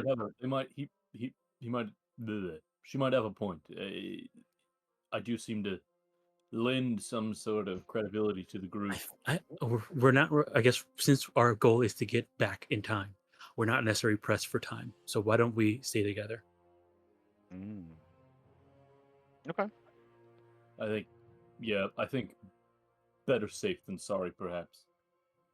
All right. You guys arrive at the public library. The attendant only speaks to you, Andronikos, and says, they are a beautiful centaur woman. Well, sorry. They are a somewhat attractive, but definitely not beautiful. Beauty is not around. They are a 7, which is now a 10. The new Praxis 10. Yeah. So this new Praxis 10, which is an old timeline 7. She looks at you and says, "Oh, noble Triton, what brings you and your servants to the library on this fine day?" Just diversion. I'm a student of history. Of history. Is there a particular time period or event that you're most interested in? The only one. I'm of course interested in the Great War. Oh, the battle for Thylea. Yes. Are you new in the city? There is a memorial garden. We just finished touring it, and I'm so excited. Oh man. Okay. Well, she finds out that you already did the garden and you're still at the library. Woo! All right. She's just like, oh, a true fan of history. Of course. Let me take you to the reference section. So she takes you to the reference section. She finds you some books, and she says, "This should get you started." Can I bring you anything? Normally we don't allow food and drinks by the around the books, but for you, make an exception. Oh well, thank you. Would Master like some grapes and cheese, perhaps? Grapes and cheese, that's a given, of course, but also some seafood. Of course. I'll see what I can find. And she canters off. I don't know if she'll remember. You hear her, Maya, whisper to herself, "I have never seen a creature so beautiful."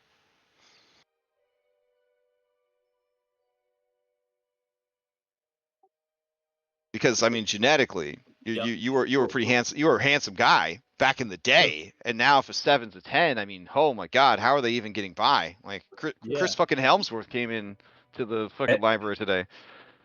Andronikos has turned that shit up to 11.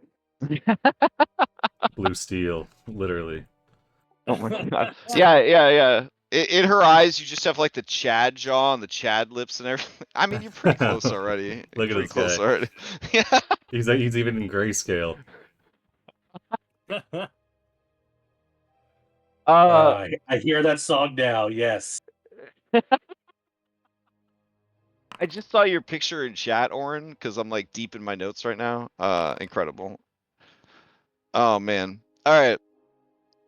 So, as you guys are reading through the book, Sibo's very smart and very good at research, and he said, "This just feels like the same stuff, but more boring. Less statues." Okay. Let me see. Okay, I Well, have to. Dom, I have to send you a message real quick. Okay. Hold on, before you send that message. Oh, okay.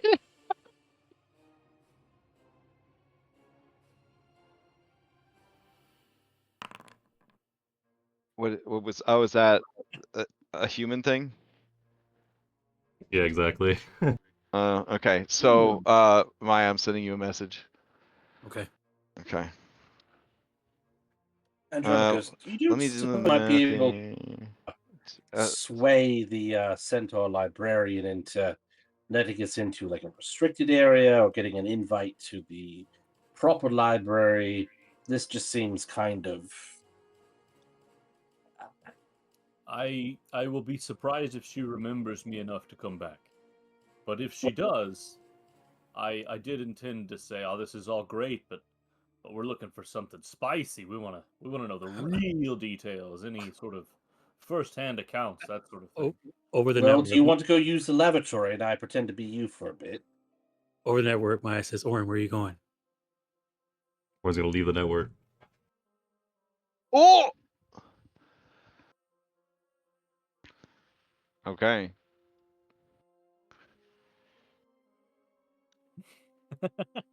She says, "He went that way."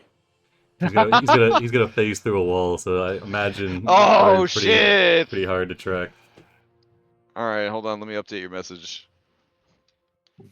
There you go. He went through that wall over there. Debo says, "What? We still have books to read. This is the best part." It's the worst part. Okay. This is Debo's 4 a.m. meeting right here. Literally 888 years of an alternate timeline history. I mean, this is what a session for it to be his first not here session. Oh my god. But yeah, so he's trying to absorb it like a sponge. He's Johnny Five in these books right now. All right. Do you two want If to you go got that after... reference, go get your prostate checked. So. Okay. God dang, Oren. He did say he wanted to go to this thing. He's probably heading towards the temple. Trying to look for a temple.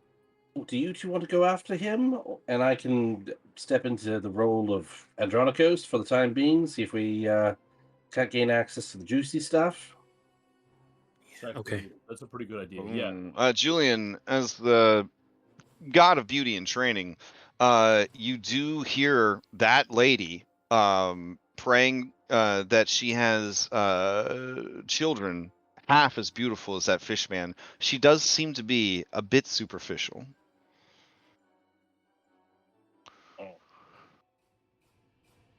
Okay, I'm gonna head after Oren. Yeah, I'm gonna go with her. Okay. All right, it's you, Julian.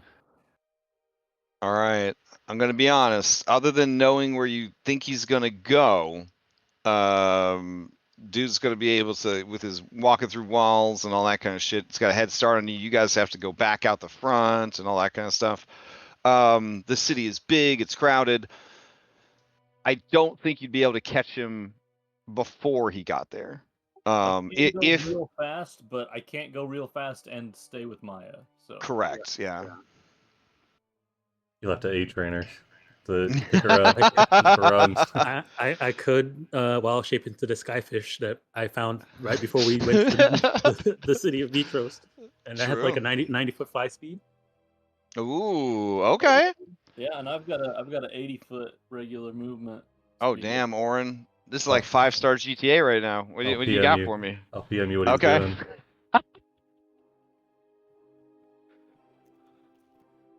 Or just start stabbing. Oh shit. Okay. Okay. I mean, if you want to use the use of that, that's fine. Okay. Okay. I need. Is that your plan, Maya? Turn to a fish. Yeah, the skyfish should All fly after him. Okay. And Andronicos, are you gonna just keep the skyfish in sight on the ground? And to Yes. We were on the network, so we can still talk. yeah. Okay. Okay. All right. Each of you, give me a perception check. Alternatively, Andronicos on the ground, I will accept a persuasion check. I will do that. All right. So, Maya, you do not catch sight of him, and Andronicos, as you ask around about him, with that check, you aren't able to find anybody that has seen someone matching his description, and he is pretty. He would stand out. On that side, like on the plus side, I mean that tells me where not to go, like because they definitely would have noticed Orin. Mm-hmm. Unless he's invisible. God. Yeah, that's possible. All right, let's meet up at the let's try and find a temple and meet there. He's probably gonna go there. Galaron. All right. Well, you guys are very good role players, so I don't think we need to do secret chats for this. So right. you two are heading, you two are heading to the Temple of Galaron. All right, Orin. All right, once he's in the sewers, he knows how city infrastructure goes, and he figures that they probably haven't been updated in 800 years. So he's just going to start roughly making it to where he remembers the temple to the Thylea being. Yes, you did notice that they were also favoring an aqueduct system for the transference of water in the city. So these long abandoned sewers, as you are making your way through them, you do encounter something down in the sewers. Oh god, I hope it's another silenced handkerchief. Let's see. Down in the sewers, you would encounter. You're gonna be like, are you serious? Is this really something that happens? So down in the sewers, you encounter some turtles. Holy shit. Mm-hmm. Are there 4 of them? Is it Fred? What's up, dude? There are 4 of them. Yes. Oh my god. One of them looks so familiar that the screen shakes and you go into like a PTSD flashback. Puts his hand up against the sewer wall to steady himself. Okay. This guy says, whoa, dude. What are you doing down here? You alright, man? Fred, is that you? What? No, my name's Dread. Well, you look like somebody I used to know. A long time ago. Well, we don't have a ton of genetic variation in our species. Oh, that's fair. You didn't answer my question, though. Why are you down here? I will use the violence on you. Yeah, any of them have anything that bears resemblance to a Sidon or Side Knight regalia? They look like Marines or anything, or? No. They look like post-apocalypse survivors living in the sewers.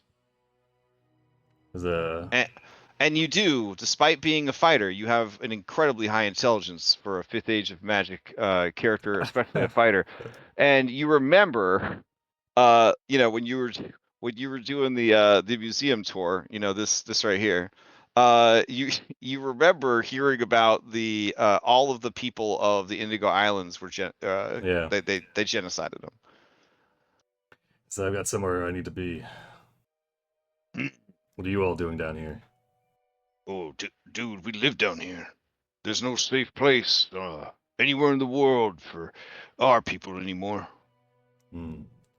Even our ancient cousins of Fire Island were put to death or enslaved. No, we are the descendants of those few survivors of Indigo Island. The hero's prophecy failed Oh, I you mean, all. there's more. Oh, yeah, they did. And this one says, wait, what was that name you said? He frowns and says, Did you say hat of pizza? says, no, no. Oh, I like pizza. That's a shame. Do any of you know how to get to Temple of Golaron? Oh, yeah. Yeah, I could show you. I mean, I could show you the way. I'd be thankful for the company. But you know, now that Modesto has mentioned it, I mean, I would like a pizza. So, could you buy us one? He looks at his coin pouch. What do we even got here? Even Oh, 800 years ago. He needs to oh, check his buddy, bank account. I have money. I got some storm coins right here. How similar do they look to the drachma that he's got? They're fucking big because they're for large creatures they're like for one. they're like dinner plate Yeah. sized. Mm-hmm. Yeah. Oh man. They have square holes in the center so that you could put them on like a leather cord, basically. And then they have depictions of the sky on one side and the sea on the other. Okay. Let's see. Said you know a pizza place near the temple. Yes. The only good thing to come from those bastards. Mighty Hergeron invented the pizza. Now, Oren, you know that Kyra invented the pizza, so this is definitely a rough situation Oh to be man. in. Yeah. All right, let's move out. Okay. All right, so they guide you through the sewers, keeping you safe from the many dangers that now lurk in there. 880 years, a long time for a dungeon to grow. You see a party of people hunting monsters for food, delicious in dungeon cameo. You continue on your way, and you basically definitely not moving as fast as Maya and Andronicos. Let's go to Maya and Andronicos. Maya and Andronicos, you guys quickly ascertain the location of the Temple of Galaron. It is so edgy. As you arrive, you see that there are priests with like Witcher 3 lady levels of eye makeup, men and women alike. As you approach, a minotaur wearing so much eye makeup approaches you. He looks down at you and says, "Mighty Marine of the Sea, welcome. And welcome to your slave as well. You are in the house of death. What can I, a simple priest, do for you, great one?" We've come to from the library. We wanted to learn more about the battle for Thylea, and they told us that the records you have here are impeccable. I don't think you received the correct information. We are a place of worship. We keep no such records of anything except those who have died. Maybe that's what they meant.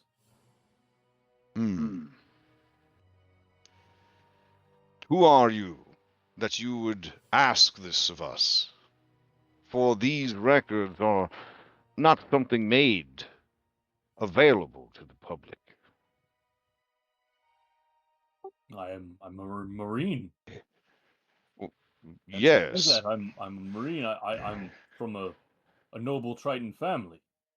Ah, I see. What's your squadron and designation? Yeah, give me a deception check.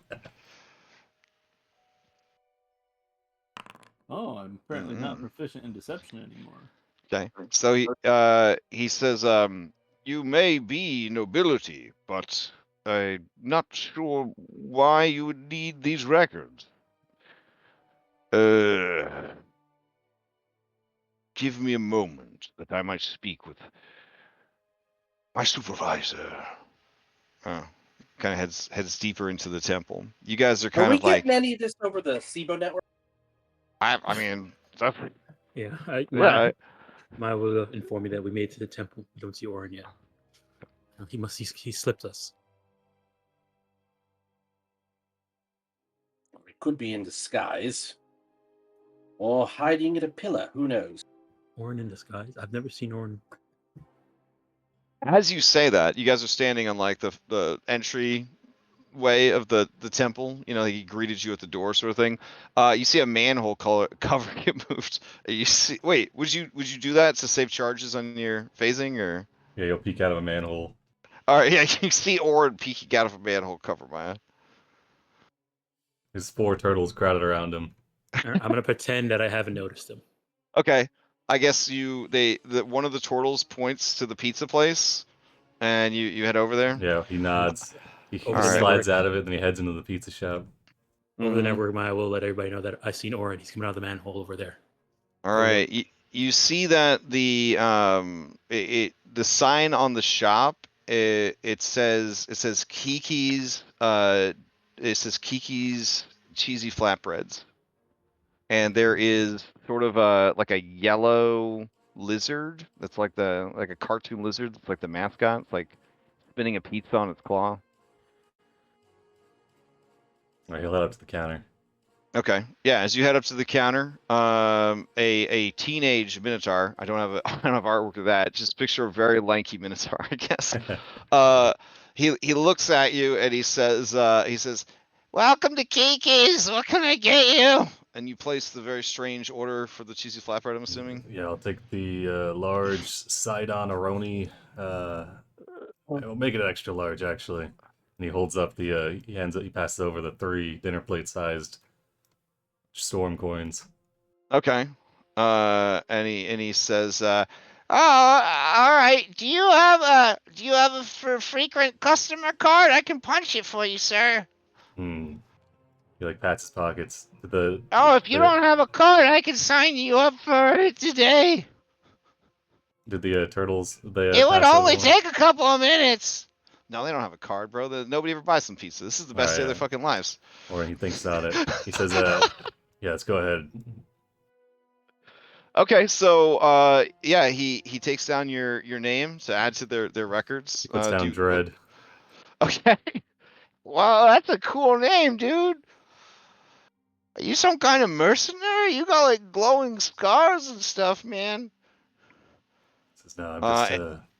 And the kid's gonna roll a history check because he attends school, but he's not good at school. So he's like, "That's cool, man. Not like anyone I've ever heard about in school." All right, it's gonna be about 10 minutes. All right, he goes and he takes his number. Since you signed up for our frequent customer plan, you get a basket of garlic knots. Thank you for coming to Kiki's. If you have some time while you wait for your food, can you fill out this survey? And he hands you a scroll with ink quill. Yeah, of course. Okay, I can do that. You can be entered into a contest to win a free flatbread every week for a whole year. All right. Praise be to Hergeron, who in his great wisdom invented the pizza. Yep, hail Hergeron and all that. Okay.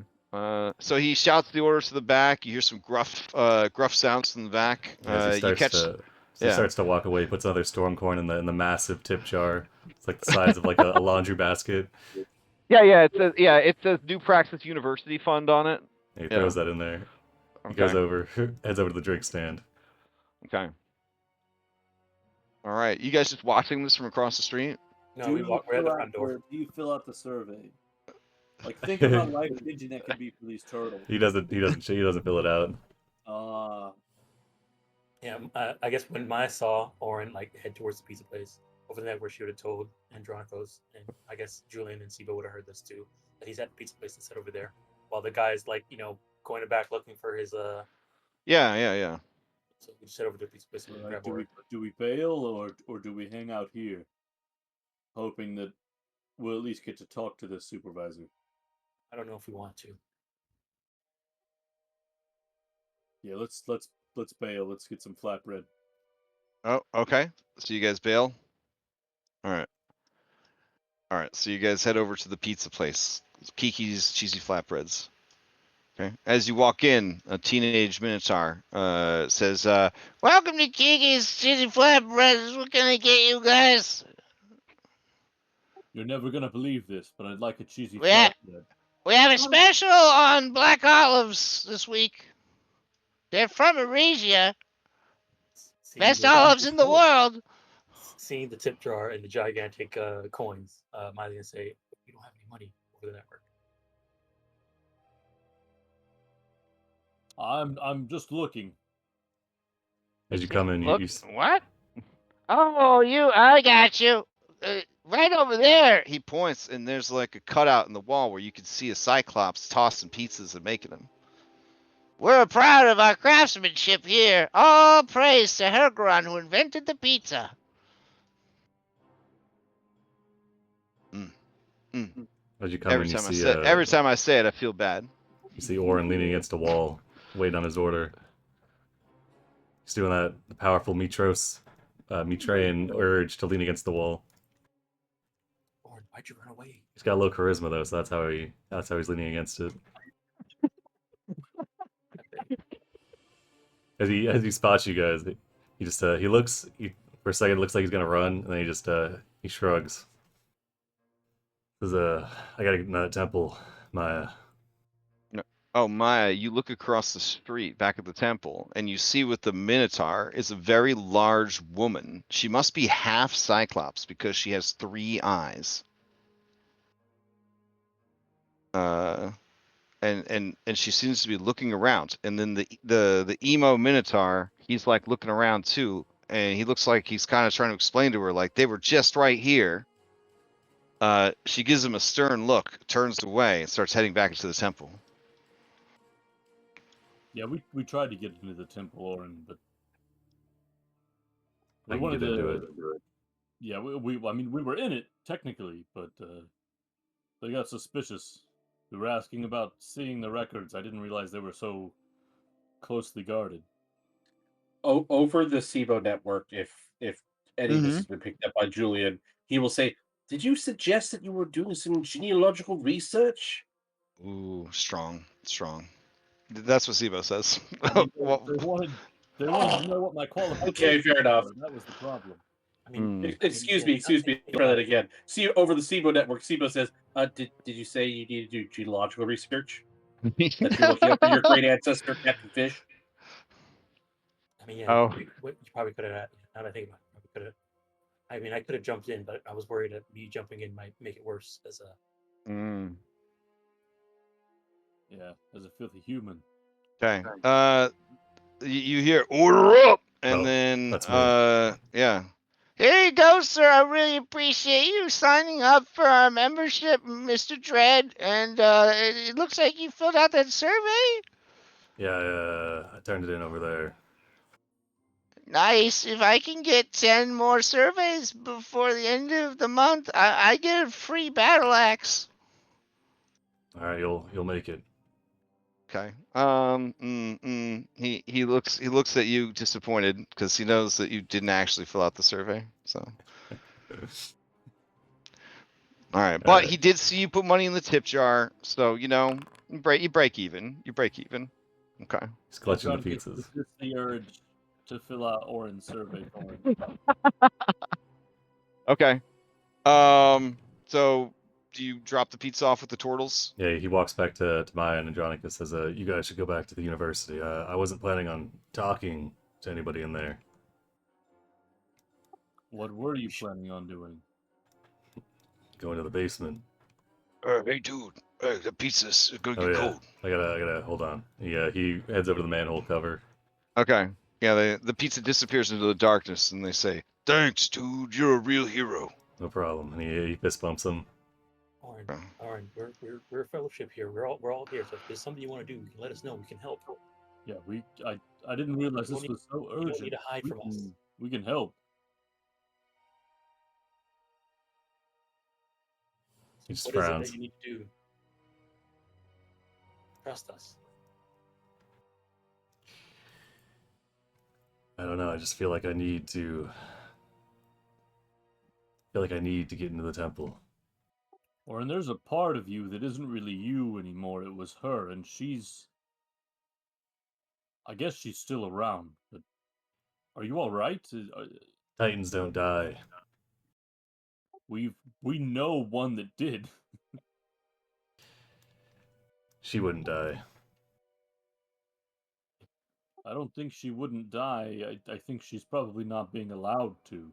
So, when we were over here, I did kind of catch an eye at the minister that came back out with their leader. It was a very large woman with 3 eyes.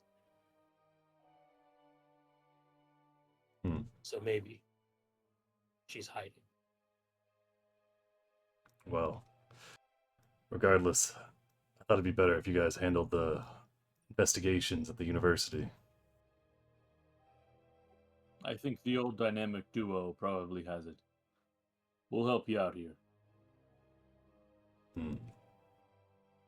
Well, I was planning on using the sewers to go in through the basement, but you guys can't walk through walls, can you? There's a manhole right there. Oh, I found a pretty edgy Minotaur priest. Here we go. There we go. Nice. That's perfect. Yeah, He's got a little name tag on him. Steven. Steve-O's. Okay. Yeah. All right.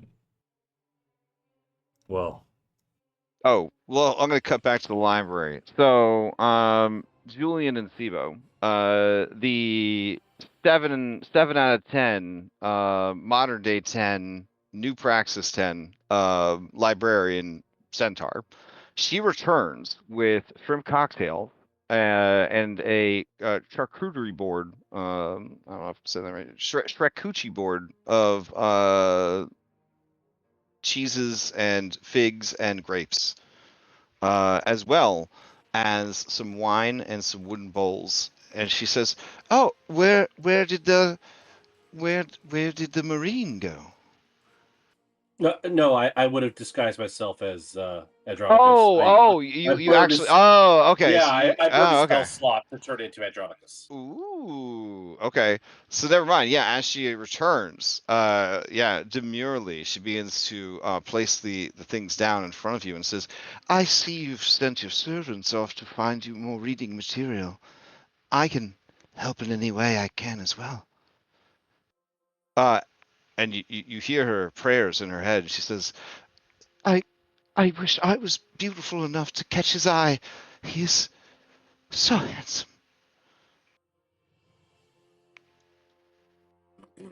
Well, what I would really like is this information's all very well and good, but do you have any connections into the libraries that don't have,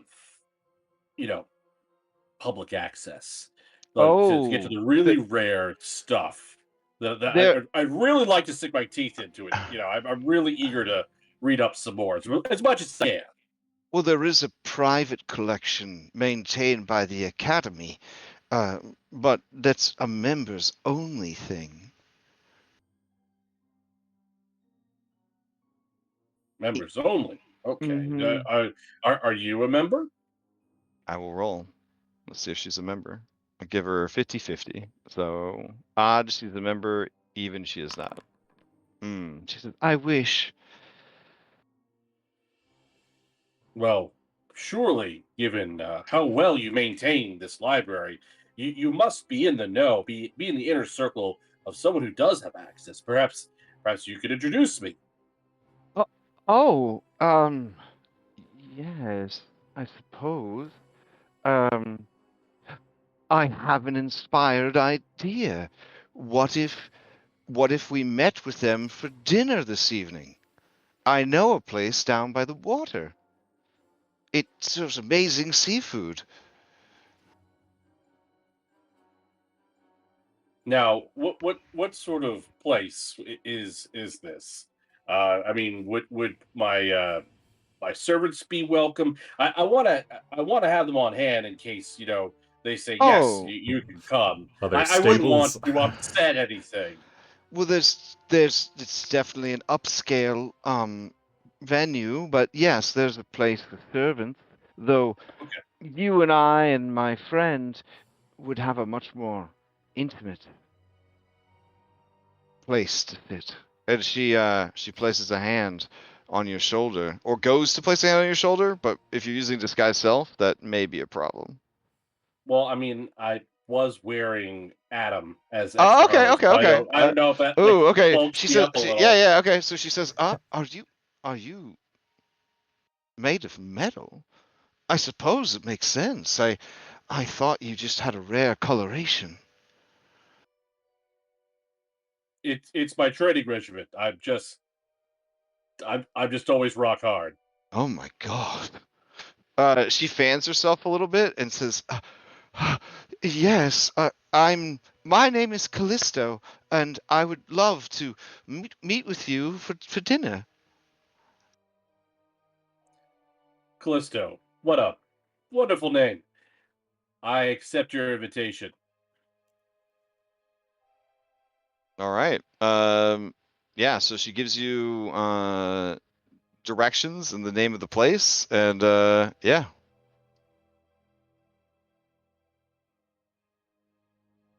I'll see you later. And just like the Okay. whole tongue clicking thing, I can't do it right now. And like gives her like the OK symbol, like the Thylea OK symbol. Oh, nice. Okay. All right. All right. Yeah. She leaves. Giddy.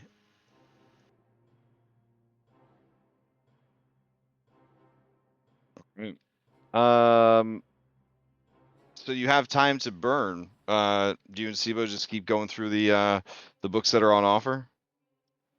Yeah, I mean, might as well go through that, and then we'll put our heads together, depending on how much progress we make, as far as what other information maybe we could obtain, what might be useful. Okay. But after the dinner date is set, Julian would over the CMO network would let everybody know. Just so you're all aware, do have I did make a dinner date for Andronikos. That centaur librarian. She knows someone who has access to the academy's private library, um, and he's invited. The rest of us will have to stay outside. I guess I don't know. Just servants are welcome, but in a servants only section. Okay. Guess what we have. I mean, just in case this person has the ability to see through disguise, we probably should have Andronicus be the one to go. But then again, oof. And I can be in your ear if you need any assistance at dinner. Julian, I do know how to flirt. Of course you do. I'm sorry, I even brought it up. I slept with your mother. Oh my God. Damn, bro. Damn. That was Yeah. magical influence. That doesn't fucking count. But you never had a long-term relationship with kids or anything, so you couldn't be that good at flirting. Oren, you're not on the network anymore. You left. That's just what Oren would think. That's what Oren would think. You know what he would say. Oh, we're getting a little like Orange sitting in the office chair kind of deal. Got it. Can't pass All up right. the opportunity. Yeah, the office. Yeah, through the blinds. Okay. They always say he's a So womanizer, but really. back to you guys standing by the manhole cover in the street, pizza place on the left, public library on the right. Sorry, not public library. Temple of Death. So pizza place on the left, Temple of Death on the right. They put a pizza place next to the Temple of Death. Oh, Yeah, okay. used to This be guy, the- this guy, he's a priest. He's got perception of wisdom. He sees you from the stairs. And he waves at you and does a what the fuck gesture, like you wandered off. Yeah, that pizza place used to be the orphanage Ma- run by Callister. Oof. Maya looks at Andronikos and then looks back at the guy and then shrugs. Sorry, I had to track down one of my other servants. You guys blew my cover. All right, we'll go in the front door. Okay. All right. This guy says, one of your servants tried to escape. I sent him off to do an errand, but he was taking forever about it. It happens with slaves, especially these human descendants. I will go and fetch the high priestess again. You Cool. should be honored to meet her. She is a daughter of Goloron himself. Orin looks at the two of you and just frowns. This is why I was going in the basement. All right, he comes back with this lady. All right, while he leaves, do we run down the manhole? I'm not sure we want A daughter of Goloron. I'm not sure we want her to be see alive. that. Yeah, I just don't want to be recognized. Daughter of Goloron. Why would a dollar Galaron recognize us? We weren't alive at that time. I know, but like, this is one generation away, as opposed to. I guess, yeah, for a Titan, yeah, this is not too much time has passed, right? Only 888 years. Yeah. It's not worth the chance. And Orin's gonna hop down the manhole. Yeah, Orin. All right. It smells like go. well, it doesn't really smell like More like shit because they pizza. don't. Yeah, they don't use the sewers as sewers anymore. So it just smells like dungeon and pizza. And Like, I'll be honest, turtles don't smell very good. So it smells like turtles. The turtle's gone. Oh no, they're just sitting at the bottom of the ladder, just eating their Alright. pizza. He All falls right. down and he's Dredd going down looks the up and ladder. he says, "Oh, dude, you're back. Yeah, hey dudes. We're actually How did it go at the Temple of Death?" We're gonna try the alternate entrance. Oh, okay. If I, Yeah, I as know where that is. recall- I know where that is. As I recall, the sewers used to connect to the basement. Yeah. How did you know that? Did you used to work at the temple? I helped out here and there. Oh, okay. Hey, whoa! Who are those two? They look Oh, up they're at cool, the don't worry. street. Do you guys coming down the ladder? Or? Yeah. That's Androcles and Myonius. Okay. This guy says, dude, your hair looks delicious. What's it taste like, dude? Hair. What's that taste like? Maya shrugs. Can I eat some? Plucks out a strand. Oh dang. Okay.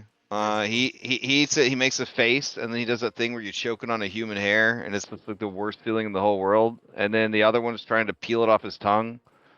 And lesson has been learned. Orin gestures towards says, this is Michelangelo, Donatello, Leonardo, and Dredd. Dredd says, hey, dudes, yeah, I'll show you where it is. Why do you want to go in the basement? It's hard to explain. Okay. All right. So they lead you to the sewer entrance to the basement that is still there all these years later. City infrastructure moves slow. As you enter, you can see that here in the basement, it has been set up as sort of a well, where you guys come in, you are actually in what seems to be like a records area. Like a storage room. Mm-hmm. He wants to find an old statue of Lutheria if it still exists. Oh, dang. Okay. You guys are willing to help? I'll take the best investigation or perception with advantage. The priests ran this place before new management. Might have hidden something. All right, you said investigation or perception? Yep. All right, he'll throw a thing to this because he has. Okay. Where's it at? Hold on, I can buff it. I have a, let's see, tactical assessment. Oh, that'd be. I'll say that was a investigation because it's the same bonus, and I'll do a tactical assessment. All right, the three of you. Oh, nice. The three of you hone in on a crate covered in dust and cobwebs at the very back of this storage and records area. And it says ship to, and then it doesn't look like they ever finished filling out like the shipping form for it. But as you look at it, it looks like the parchment that is sort of nailed to the front of the crate is so old that even breathing on it would cause it to just crumble to dust. Orin, you sense her presence in that crate. All right, he's gonna get a crowbar out. Okay. All right. You pry the planks off, and there inside is Lutheria as the maiden. Statue. A statue. I'll clarify. Yes. I was like, you found her. No. It's a statue of Lutheria as the maiden. That's what I was thinking. Okay. All right. Yeah. Yeah, he looks back to Andronicus and Maya. Do what you have to do. All right. He goes into his bag, pulls out a wine skin that he's got, pours a small goblet of it, which he dumps a little bit onto the ground, takes a sip, and then he will sit down and try to commune with the statue. Okay. What do you say? Do you just run through like the basic rosary stuff of your faith, or to warm up, or do you have something in particular? I guess he'd probably ask. He'd probably just straight up ask, "Are you alive?" Oh, okay, fair enough. As Orin pours out the wine and begins to pray, you see the scars on his body, the purple veins and scars. You see the eye begin to glow faintly, and this is really the first time they've glowed since you guys arrived. And then you hear the softest whisper in the air. All three of you would actually hear it, and it says, "Orin, is it really you?" It is. Battle for Mitros. Halcyon kicked us out of time. That explains it. We're all out of time, aren't we? It always felt like that. I never got to celebrate. I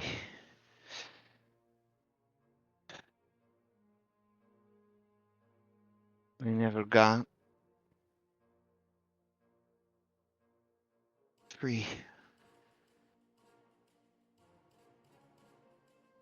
You are my greatest creation,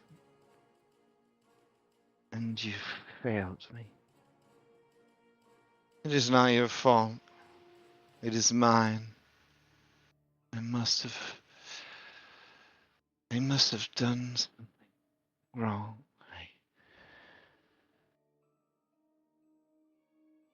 I even took Prometheus's advice. I fashioned you from one of my own ribs.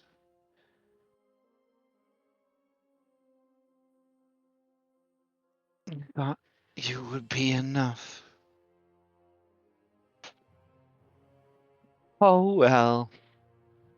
We need to get back. Do you know who still possesses the capability to send us back? Back where? Where would you go? To the battle. The battle is over.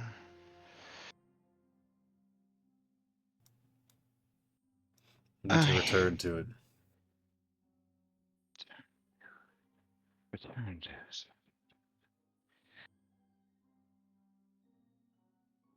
Oh. Well, you could try the island of time.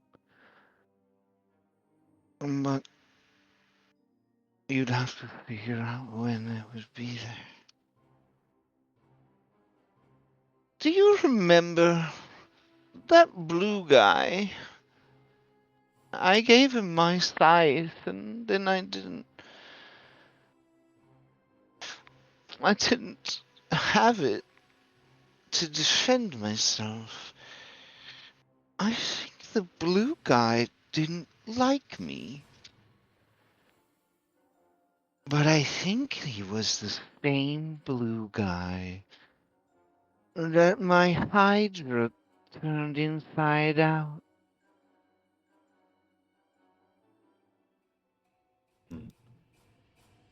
They turned me inside out, or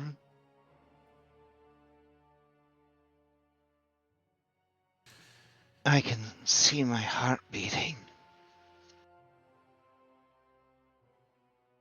It's as black as they say, but so big. I had so much love I wanted. Yeah. If we're gonna undo it. Undo my heart.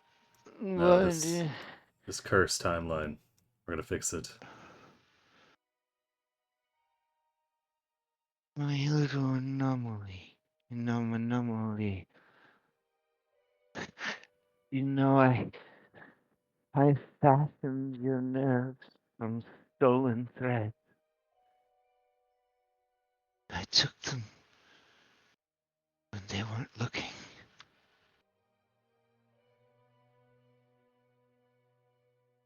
Your beautiful eyes were the stars. My own destruction.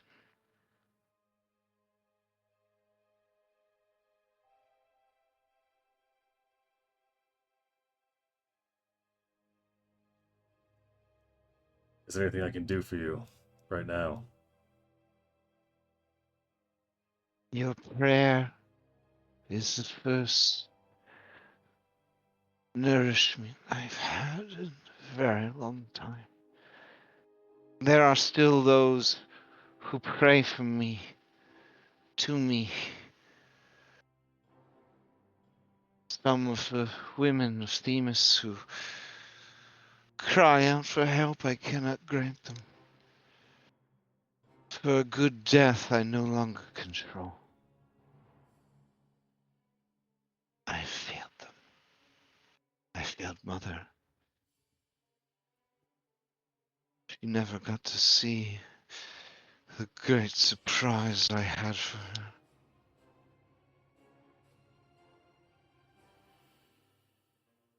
He roots around in his bag to get out the rest of the wine, and he'll just dump the rest of it out over the statue. Ask about the surprise, Oren.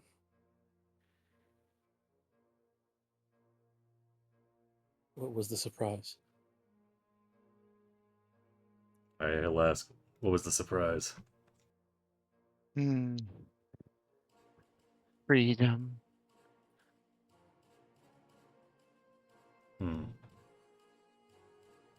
I think about that a lot. I've had to torture so many. I found joy in it eventually. They say, let's find joy in your work, bloom where you're planted. I love flowers, or they wouldn't grow in the land of the dead. But I found a way. I watered them every day. I mean, I stole sunlight from Helios' dream. But when I looked upon the gardens of my aunt and uncle, I felt so small. I am so small, or I am nothing. Nothing at all.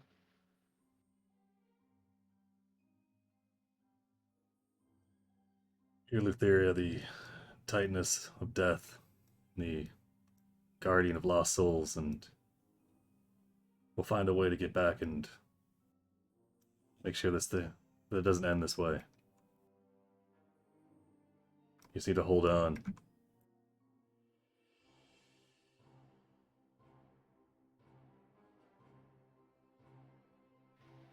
I have no choice but to live. But the last small glimmer of hope I will keep for you.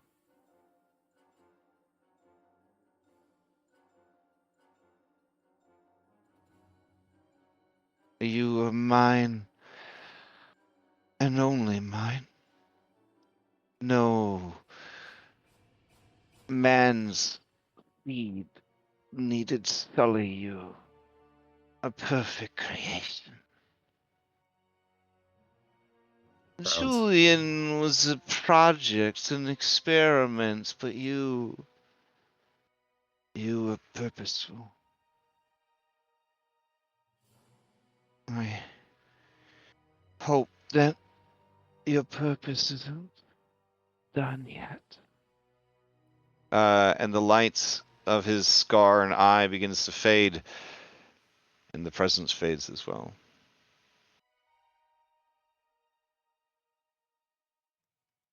He looks at the statue, and then he shudders for a moment, and then he just pulls the boards back and places them back over it.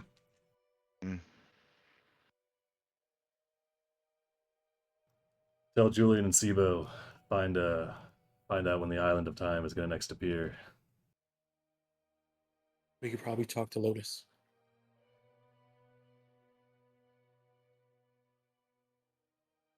But yeah, Maya will relay that to Julian and Sibo. Thank you, both of you, for coming with me. I didn't want to leave, but I needed to. And you shouldn't have. I'm sorry. You're forgiven.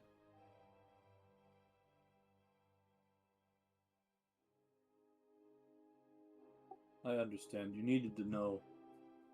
But we're here. We swore an oath of fellowship. If you need something, we need that thing too. Even without the fellowship, we're all in this together, Oren. You're our family. If you need help, we're gonna help you. All right. Let's go read some books. Well, I'm pretty sure the amount of time we took here, pretty sure Sibo probably finished reading everything. So. Thank God. You're probably right. Oh but man, Steve definitely didn't finish reading everything, but I think you're right, Maya. Let's go get some cheesy flatbread. But you did miss out. They were, from what I heard, they were bringing food out. Like there was wine and cheese and seafood and something called a charcuterie board. So we did miss out on all of that coming here. It's all right. I kept one storm coin. It's enough to get a couple of Halcyon zones. Right. Ugh. I don't like the sound of that. They're very hot. They burn your mouth. So some describe it as having a wall of fire in your stomach.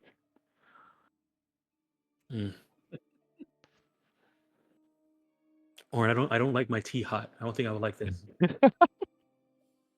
Gotta give him a shot, When in new praxis and all that. All right, I will advance the time a bit. Let's see. Got to change the year on this bad boy and everything. Okay, let's see. Does Julian need to re-up his disguise? Oh yeah, by the time you head to dinner, yeah. So you're gonna do the dinner? Like if we're still like. Oh yeah, hey, it's only lasts an hour, right? Or is yours? Yes. Or can you just cast it at will though? I used to be able to, but I Okay. cannot now. Okay. Then yeah, you're gonna have to, excuse yourself, kind of to the restroom or whatever, and come back. Yeah. I mean, we should probably, if anything, we can head back until Julian can. I'll mark off another spell slot. All right, fair enough. Yeah, let's head back. Let's stick to the sewers. Does anyone mention, researching the Island of Time? Like, yeah, I did. Okay. That way, if we keep running into the same old shit with regards to the Island of Time. I lost David there for a second. I was saying it. We would get a jump on researching the Island of Time if we don't find anything new regarding the Great War. So it's the 16th of Halcyon in the year 1888. I'll go ahead and it's Halcyon now. Ooh. Talking about bad omens, huh? Yeah, instead of Ooh. All right. We'll be fine. I will say, as we're walking back through the sewers, Warren will just he'll say, "I don't want to talk about it. I think Lutheria might be my mother." I mean, we were hearing all of that, right? Yeah, we heard that. Yeah. She was. It was not in your head, Oren. Those were whispered words that anyone near the statue would have heard. But yeah, I still feel like that'd be something to kind of say aloud as you're processing. Yeah. So yeah, as he said that aloud, Maya turns to Oren and says, "Yeah, I think I got that too from what we heard from her, what she said." Well, if you think that's what she said, then I'm gonna need a moment. Modesto, who's eating pizza, also. They were in there too. Oh no, they're following us in the sewers. Well, they thought you needed, they want to keep you safe from all. Yeah, this is like a fucking super dungeon now. Like it's 880 years of dungeon ecology. Yeah, you guys are, man. Listen, if you haven't watched Listen to Dungeon yet, you gotta treat yourself, okay? But so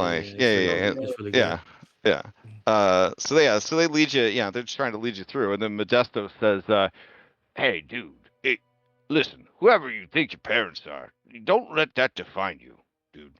Just be the man that you want to be, dude. Unless you're a girl, I could never tell." Thanks. Girls can be dudes. Sure. Yeah. They all nod. Yeah, that makes sense. The turtles are hermaphroditic, so I understand. All right, you guys reach the ladder to the public library. All right, Dread. This is where we part ways, but great to. Yeah, I don't know what it is, dude, but there's something about you. Feel like I've known you a long time, dude. Likewise. Puts his hand out for a predator handshake. Oh yeah, he gives it to you. He says, "Just feels right." All right. Good luck. And like ninjas, they disappear into the shadows. But you can still smell them, and the pizza. Did he do the peace sign and fade away? Into the shadows? Yeah, they step back into the shadows. Incredible. All right. Like I really reminded me of Fred. You reminded me of Cred. Yeah, I could see a little bit of resemblance there too. Yeah, but I think the sensibility seemed more Fred. We'll head back up, I guess. All right.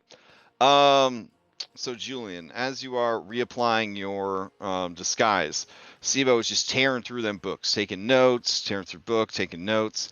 It also occurs to Sibo to try and use his book to try and write to people to see if the rumors of their deaths are really true.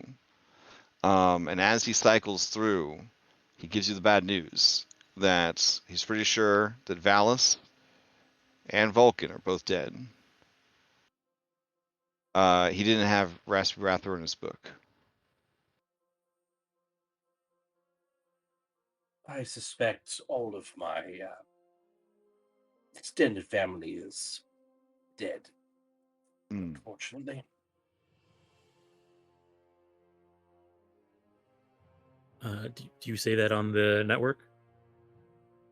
I mean, I would say that's SIBO, and if anyone I think asks, Steve is definitely talking to you on the network because it's a library. So okay, yeah. If he's saying that over he the network, respects library rules. I would respond in kind. Okay. My will response said, "I think Luteria is still alive, though." She is. That's surprising.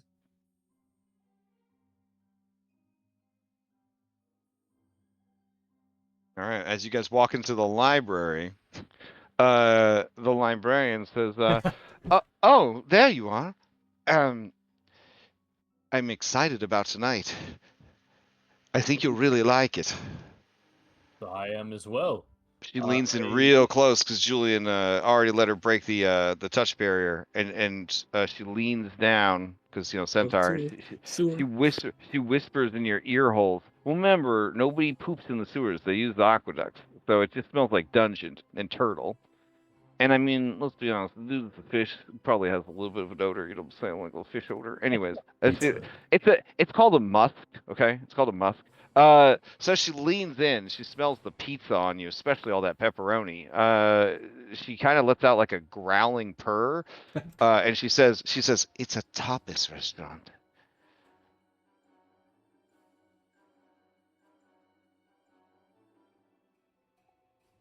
I do love to take small bites. Oh man, she blushes and then she says, "Oh, I need to help someone over here." And she rushes off. Think over the network real quick to let Julia know that I'm back. So she rushes past the booth. She rushes past Julian. You're coming out of the bathroom. She's heading towards the bathroom so that she could compose herself. And she sees you, says, "Oh, I said I needed to get away for a moment." And she runs the other direction. Then the two Andronicos see each other like two Spider-Men. Yeah, I pointed him. Raises an interesting question about disguise self and going to the bathroom. Listen, you do it by feel anyway, so come on, it's not that big a deal. All right, do you drop it or do you keep it? You pulling a twins angle now, or no? Oh, okay. After the joke, I let it go. Oh, okay, fair enough. We could make this into a rom-com, Julie. Oh my god.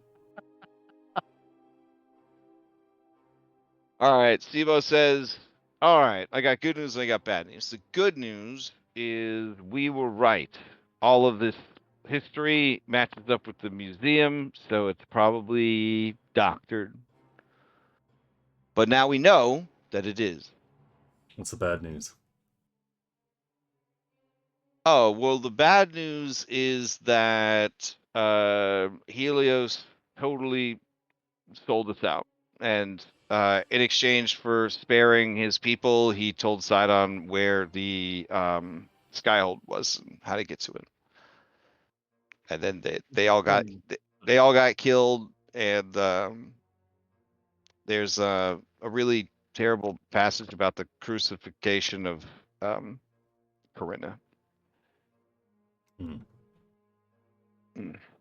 Remind me if we come across Helios in our travels in this timeline that we fucking murder him.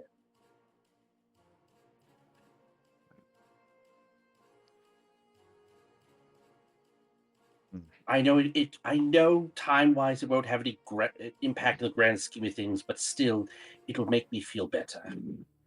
And he says, "Well, I have been trying to remember what I read at the university about time travel and what we sort of learned from the island of time.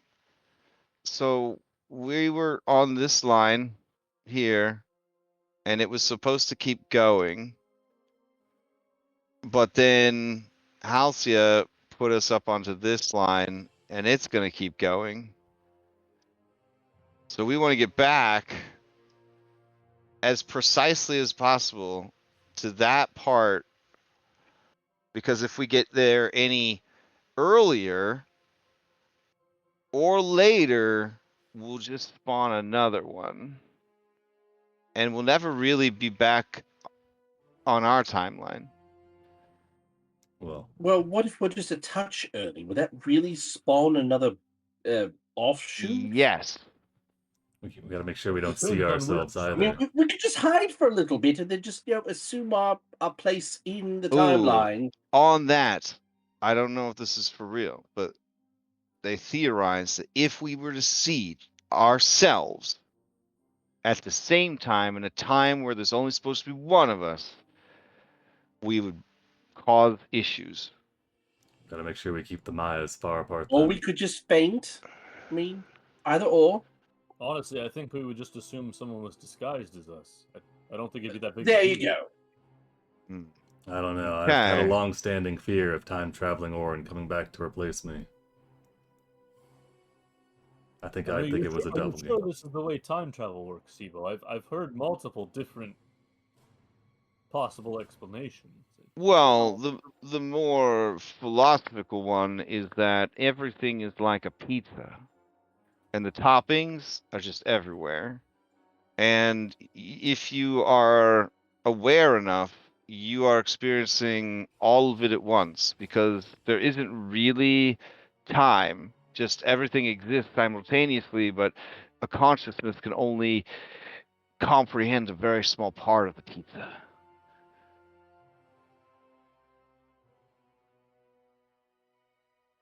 Is that the one you were thinking of? I was going more with the line thing, but yeah, no, I've heard that too, I guess. Oh man, I kind of thought you just did sports and stuff. You got a whole, yeah. I think I got the analogy, but if you could explain it in terms of ropes, that would really that would help. It's a coiled rope as opposed to rope straightened out. Excellent, got it. Okay. Excuse me, I feel like that Sibo would say that Julian's just not on his level to. So what you're saying, Sibo, is that if we go back in time to this specific point, this will still exist, but we're going to be continuing on the one in the middle? Well, that's the thing. If we go back exactly to the right time, we can prevent this time from ever existing. Okay. So don't make friends, because ultimately we're going to make all of this not exist anymore. Okay. And yes, all this is on the network, because it's not something you would say in a library. If this time never existed, then we never could have come here to undo this time. I don't. Oh no! Ooh, yeah. You know what? Maybe I don't know as much about time travel as I thought. I don't know, but I mean, if we're able to fix the other timeline, there's no reason for us to, be shot out and have to go and fix things. It will still exist. That's what I'm saying. I'm thinking this one will still exist, and it's going to be doing its own thing. But the one we're trying to fix is the one that we're going to be on. Well, so if we go back to the pizza analogy, that just means that this sausage and this green pepper, they've always been on the pizza. We just didn't know there was green pepper on the pizza. Now we know there's green pepper on the pizza, which is another thing that they theorize about, is that if you return from an alternate timeline, you, for the rest of your life, are always going to experience both timelines at the same time. Okay, well, because now your consciousness is aware of both timelines. Or maybe us returning to that timeline and creating a timeline where we didn't go to another timeline creates a third timeline where none of this happens. Probably. That could be this mushroom right here.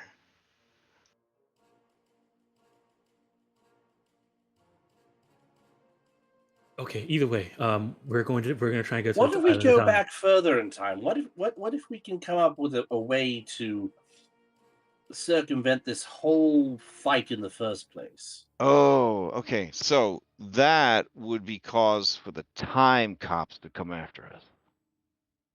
Remember what happened We to already what's Oh his name? bloody hell! Those. All right, Yeah, yeah. never mind.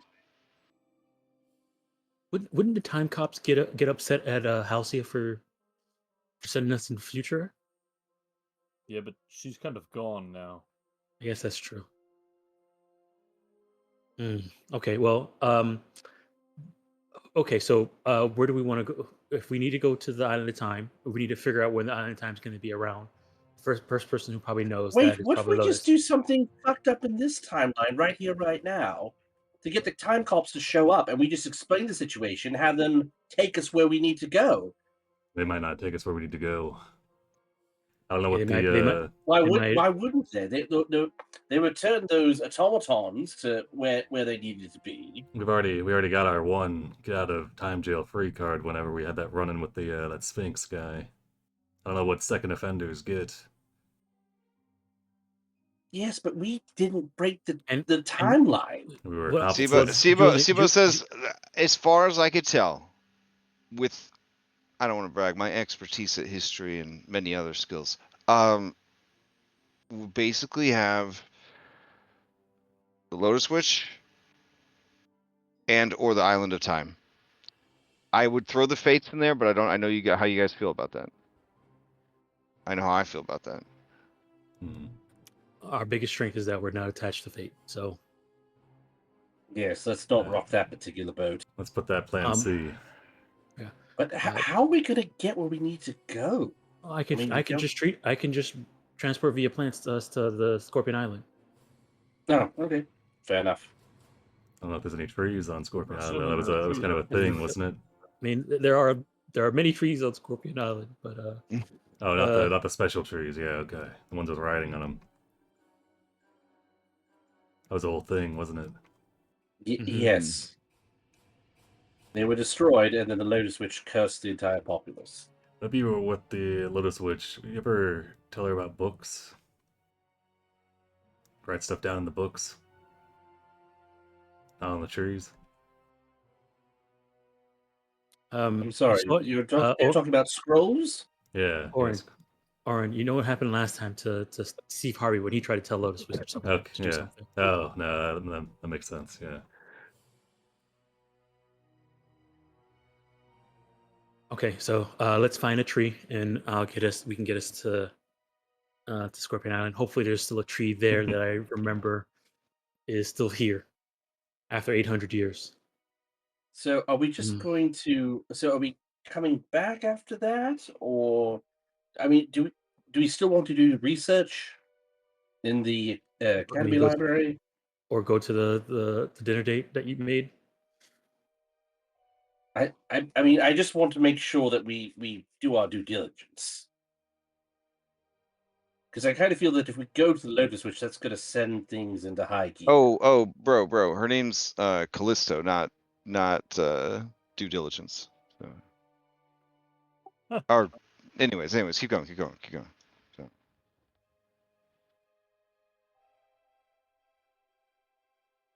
Okay, so are you doing the dinner date to try to get access to the private library, or are you just like, screw it, we got to get out of here? I think learning more is probably a good idea. Anything that we learn here will give us insights into the motivations and the plans and possibly what happened to make everything go wrong. We can use that knowledge once we get back. I mean, is anything that we learn here going to be true compared to what we could probably learn from Lotus? If we learn anything, the Lotus, I trust her to have a more accurate depiction of events than those depicted here.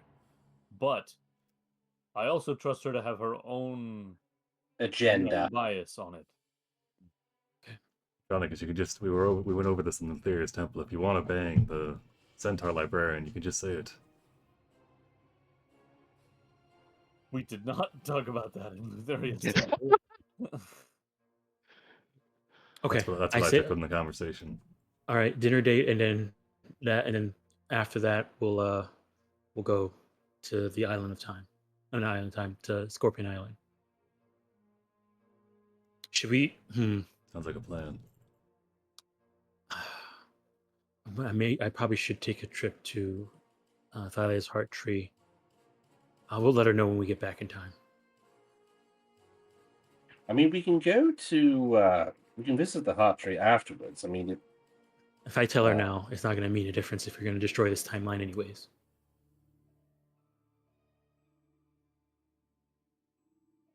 I mean, we don't know. Well, Plus, I mean, it might be useful to have destroying timelines. That's a time crime. That's the time caps. So if we go back in time to the point where we left, this timeline gets destroyed and the time cops are coming after us? I think what Sibo says just keeps going. Like I said, that's it. If you subscribe to the pizza theory, it's guilt-free, he says. Okay. I like the pizza theory. There's no such thing as guilt-free pizza. There is if you run a 10K after it, Julian. Sibo says, listen, Kyra didn't die for us so that we would disrespect pizza. She's the inventor of the pizza. Listen, I've got enough guilt on my conscience as it is. You don't need to bring that up. Okay, so well, technically she died to give this guy superpowers, but she also died for the spirit of it. The spirit of it was there for the pizza. If that was going to happen, I would have taken Hades' deal.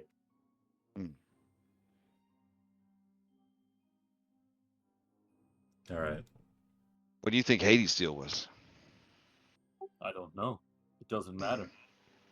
That would have been a good thing to ask him when he said, do you have any questions? It's too late now. Well, yeah. I don't live in the past, except whenever I can get there to unfuck the future. All right. I'll take you over to Tapas restaurant. So there's like a patio off to the side. Like it has a terrible view. It's by the dumpster. That's where that's where you guys can dine. All right. Orin goes to squat amongst the other humies. Okay. What are you guys in for? Oh, the one says, my mistress, she is here on some sort of business dinner. My Mr., I guess, is also here on a business dealing. Air quotes. All right, yeah. So they're just chilling. All right, we'll get some cards out. Nice. Okay. All right. Those are magic lights, not electric lights. Use your imaginations. All right. So as you get Sidon outlawed artificery. Sidon's the god of artifice, so if he wants to, have lights, it could be. I don't know. Ooh, and he's God of Storms. I feel like electricity would definitely be something to come up with. And he has craft back. You know what? Fuck it. They are electric lights. Oh there my god. Yeah. Look at the world you're going to destroy. Look at it. I mean, yeah, there's some problematic aspects. The camera cuts to you guys sitting next to the dumpster playing cards. As people disdainfully spit in your direction as they walk by and say, I can't believe they don't put them behind a fence or something. Ugh.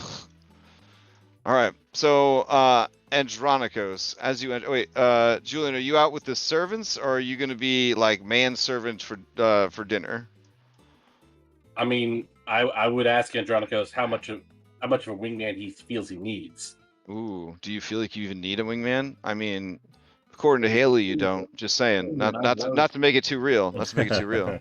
I was the greatest wingman. Do you not remember? I will relay everything over the SIBO network. I mean, everything that is relevant. All right, so we're doing the walkie-talkie date. Gotcha. Okay. All right, you say, you know, I'm here for blah blah, and they say, oh yes, Lady Callisto. She and her other guest, Lady Lyros is sorry, Lyros is already there, and they lead you to the table.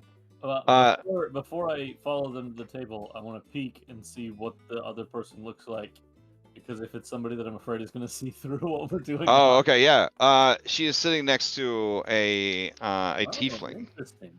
Yeah. Okay, yeah, I will go then, for sure. Okay. Okay. As you approach, Callisto is like, she's a centaur, so she's sort of like on like a chaise lounge, like a massive. Man, remember everything's made for mostly large people.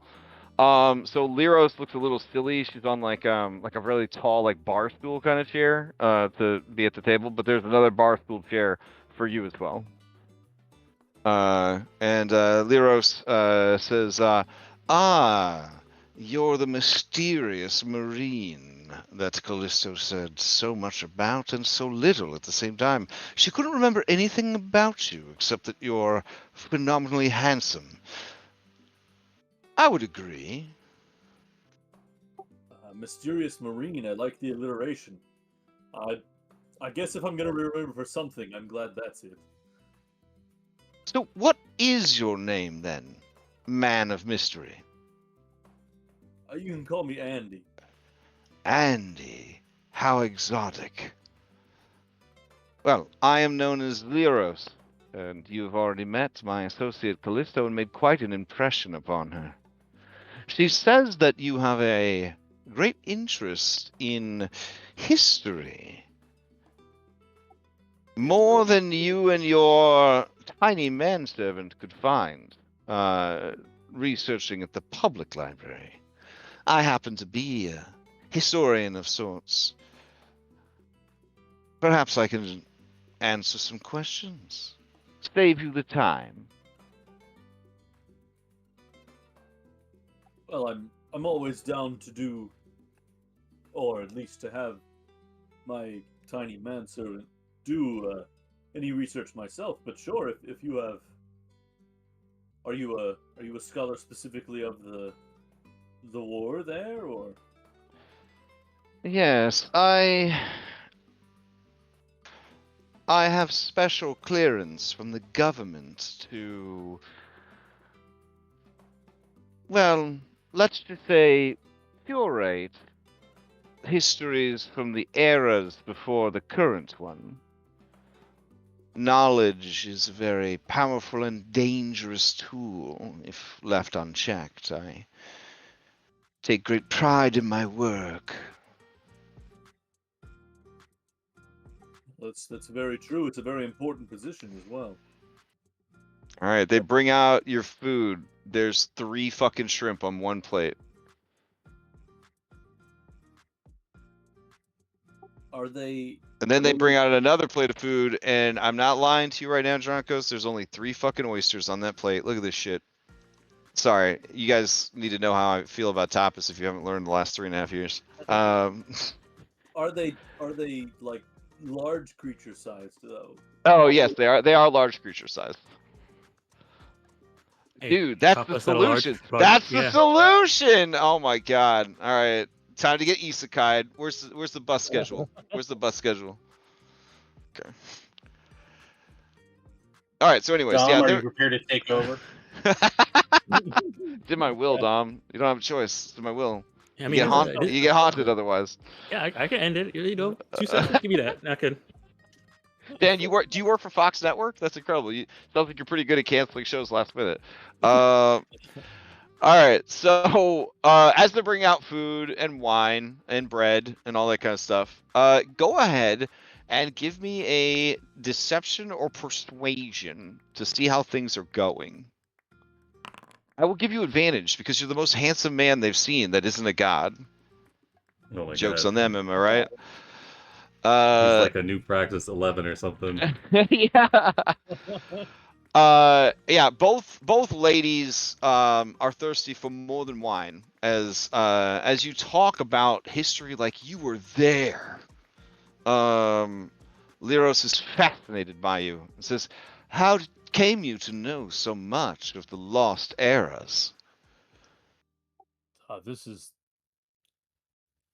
I'm a Marine, but this is my real passion. I've been all over the world, you might say, pursuing knowledge, amongst other things. Well, I am absolutely fascinated by you. And Callisto looks over and says, "See, I told you he's incredible." And then she says, "Well, I don't mind sharing." And Callisto blushes and says, "Nor do I." And they want to keep you there, drinking and eating and talking of the secret eras late into the night. I mean, yeah. All right, you may ask any 3 questions about the secret history of the world, and you may use your walkie-talkie to do so. Jonathan Samrock's future style. It is. It is. Look at him. Amazing. Genderbent alternate timeline. Jonathan Samrock. Whenever she speaks, there's just the subtitles are like, Well, she do make that purring sound a lot. Oh my god. Yeah. Don't forget to leave room for Sidon, though. He's up here. Exactly. I got that reference. All right, we have any question ideas? Oh god, I don't know. How does Kentamane show up? How does Sidon wake Kentamane? Yeah, that's. I mean, we know that Sidon's like his favored son, but yeah, how does he? How does he get him to actually show up, and if that is to be believed? Yeah, so I'll just be like, it's amazing. I've never before in all of my research heard of Kentamane responding to a call like that and intervening himself, other than just to like crush trespassers through his groves. How was Lord Sidon able to do such a thing? Oh, Lyros says, Lord Sidon allegedly didn't have to do anything. So furious was Kentamane at Lutheria's betrayal of her own blood, her own kin, her mother's lands, that he rose up from the earth itself and laid waste to her army of monsters. I know it sounds silly, because that is the public knowledge, but as far as any research I've done, that is truly what happened. It is said that Kentamane was there that day. Hold on! And she reaches into her book bag of holding, and she pulls out an old map of the city of Mitros. And she lays it down next to the city of New Praxis and says, "Look at the dramatic yet subtle changes to the landscape. This was a result of Kentamane rising from the earth and laying waste to those monsters. Their battle leveled what was once called Mount Vulcan to the north." I assumed at least part of that was caused by Icarus and the Colossus, but that was all Kentamane in his battle, huh? Well, what it is said is that Icarus, a corruption, another monstrosity of Lady Lutheria, who was working as the patron of King Acastus, it's said that one of the evenings of the Great Games, the year before that great battle, he laid with her and made an oath of service to her.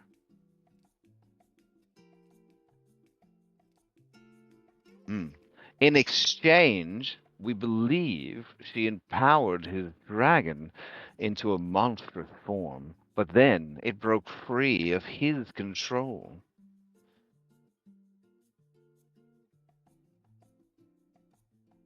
Regardless, it did almost kill Hergeron.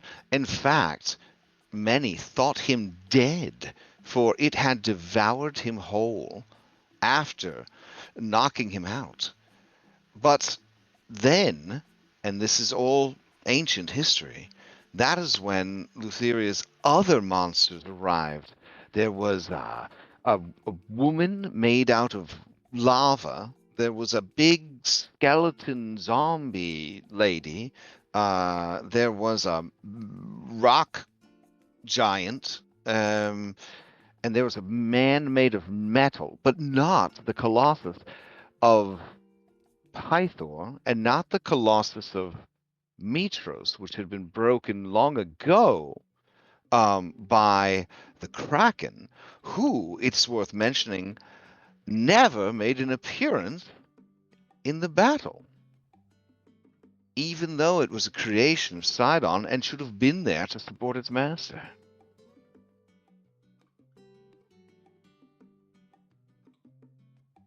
Does that answer your question to your... Yes. Yeah, okay. 2 more questions.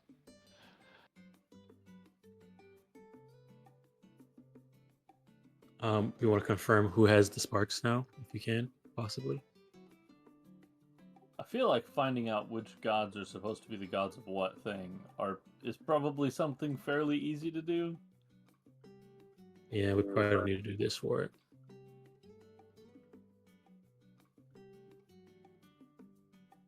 Although I do wonder who got the reconstituted Spark of Time, because I'm assuming that it came back, because it did when Kira sacrificed herself.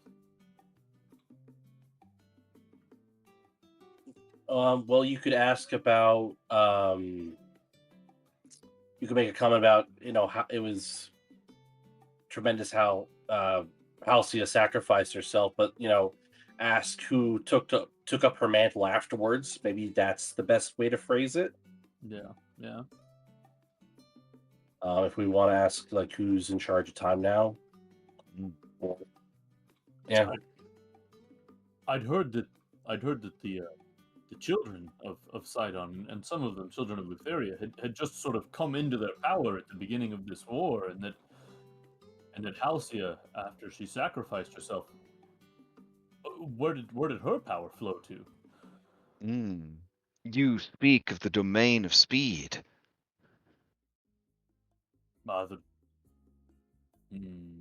Say yes. Just say yes. Yeah, yes. It is a mystery. Many gods and godlings, as well as many spirits, have claimed that they have inherited the domain of speed, but it is inconclusive. I did. Now, forgive me, but this is, of course, just rumor. I once heard that Halcyon didn't, in fact, have the domain of speed, but she was over the domain of time itself. What? That's... Yeah, it's preposterous, of course. It's just... Well, most scholars would tell you, and forgive me if you already knew this, and I have had a lot of wine, but most scholars will tell you that time is too dangerous a power. It's theorized that even the gods themselves don't have access to time. Time is an absolute. It always marches forward.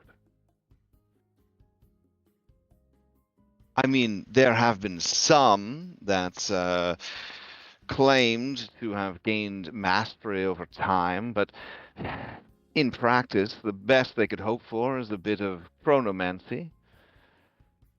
And there's even a rumor, a fable, you might say, that Lord Sidon himself, as a youth, if you can imagine such an impossibility, went to the island of time to learn the secrets of chronomancy. I think I'd heard that before. Yeah. All right, you have one more question. All right. What if we You, wanted you to? could you could have a week to think about it since we're at time, or you could ask it. I'll answer it, and then we'll end the session with the answer to that question. What if we wanted to ask when to Sidon show up? What? In the Battle of Mitros? Yeah, like in the battle. Oh, okay. I don't think that's going to help us as much as you think it will, because us going back to the point in time throws off the preceding events to his arrival. Yeah, that's fair. Because he might come up earlier if Halcyon blows herself up and we all get shunted out. Yeah, that's fair. I don't know. I don't got anything. You want to learn a little bit more about Scorpion Island? The witch on there? What's the world? What's the status of that island right now? People know before we jump in. I feel like that might be tipping our hand a bit. I'd be worried. Oh, like if she's not to be trusted and she's suspicious about this weird man that she can't remember any of the details of, and especially if she's like, where have I read about this phenomena before? Where is it? Yeah, I can't remember anything about him. He said something about Scorpion Island. Because I feel like the Andronicos effect will be documented somewhere, especially if she's access to the unadulterated history. That may be something she's come across before. Do we want to ask her, like, what is the story of the champions of the Castus? To see what like just be fun to hear, yeah. Well, that and to just know where we stand. So, like, if people don't remember anything about us, then we can actually say our names and stuff like that. Nobody would. And if there's a reaction and we know that they have a thing, just so that we know where we stand in this timeline when we're moving around.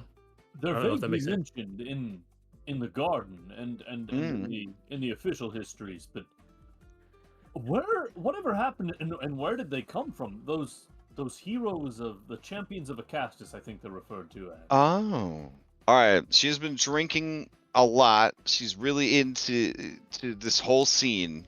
But this is some like state secret shit. So I'm gonna need another persuasion. Did you say those heroes of Acastus? That's what the guard. That's what the guard. Those villains. Champions. It's a champions. Yeah. There was a cool blue guy with them, was there not? Oh my god. Holy all right. Shit. Well, if she was wearing panties, they get blasted off. All right. So, like Team Rocket. She says, well, I probably shouldn't say, but their names have been stricken from history. Only those at the highest echelons of the government and the religious institutes know the truth behind the champions of Acastus. And then she leans in real close and she licks your ear hole and she says, also known as the heroes of prophecy. But what a joke that turned out to be. They were prophesized to, well, stop Lord Sidon. And he kind of motions around. That never happened. Yes, there was Julian of Mitros, an alcoholic, drug addict, and womanizer, as well as a pedophiliac. There's also a legend that he named a goat Acastus and made love to it all night alongside the midgets of Woodhike. It was the capital city of the Shorts back in the day. Then there was the short that was with him, Sibo Shepin. He, well, was a degenerate, to put it mildly. He built an effigy of himself made of his own shit and brought it to life, to give you an idea of the sort of character he was. I mean, that was true, so... Then there was, she does air quotes, Maya, a cover name for Darien of Themis, the exiled princess who was so feared and repellent to her own people that they tried to murder her in her crib. But she was ferreted away in the night by a servant or something, got mixed up with the heroes of prophecy, was able to reclaim her kingdom, unite all the tribes of Themis, which girl power there, respect. But then she stupidly led them to war against Sidon, damning the people she had just saved and united. Ugh. Oh, and then there was the Dreamwalker, Ohlen, a disgraced hoplite of Mitros, who was badly maimed in battle, one that allegedly he foolishly led his companions into with his overconfidence, one of his biggest character flaws. That and being very stupid, at least that's what the hidden histories say. Anyways, he yes, he was basically a manservant of Lutheria, just all about her and her life, propaganda for her all the time, and it said her lover. It said that his skill with a spear extended to outside the battlefield, and it was those skills that won her heart and poisoned it against Lord Sidon. Imagine that. An ugly mortal man having the power to sway a beautiful goddess from the true path. And finally, their mysterious leader, known only in the histories as Captain Fish, the secret lover of Queen Valis.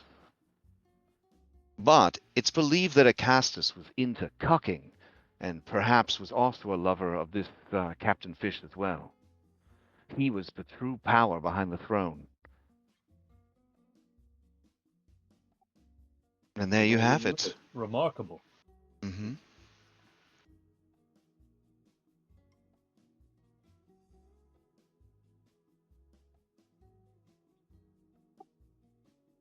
Well, I need to suppose I've asked my questions of you. Do you have any questions in return? That We have a question. What are you doing right after dinner? And then the centaur, too excited for words, just purrs at you. Andronicus will sort of eye them both and just say, "I was thinking of some dessert." Oh, okay. She says, "Well, why don't we have it back at my place?" That was the. Yes, that was yes. All right. Callisto shouts, "Check, please!" And that's where we'll end the session.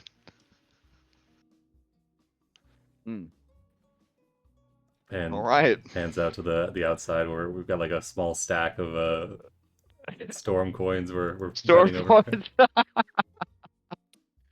What's the them as the table? Yep. So the storm coin is about the size of a coaster. If you're trying to get like the scale of it. Amazing. All right. I want them to roll to see how well they did gambling. Like. Sure. I mean, they got Julian out there. I think they're gonna crush it. But Siebes is also proficient. Do you guys want to do like your earlier days when the two of you would travel around as two vagabonds? Playing Going Captain up. Absolutely. Fish. All right, you make the roll, but with advantage because he's helping you game the table. Do you want me to roll like a sleight of hand or just a d20 or? Yeah, you could do sleight of hand or deception. Oh, then we're doing deception. Okay. Okay.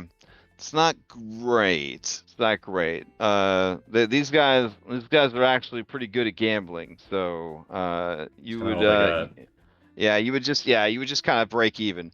But on the bright side, you do befriend them enough that you guys can ask one solid blue collar question at the beginning of next session.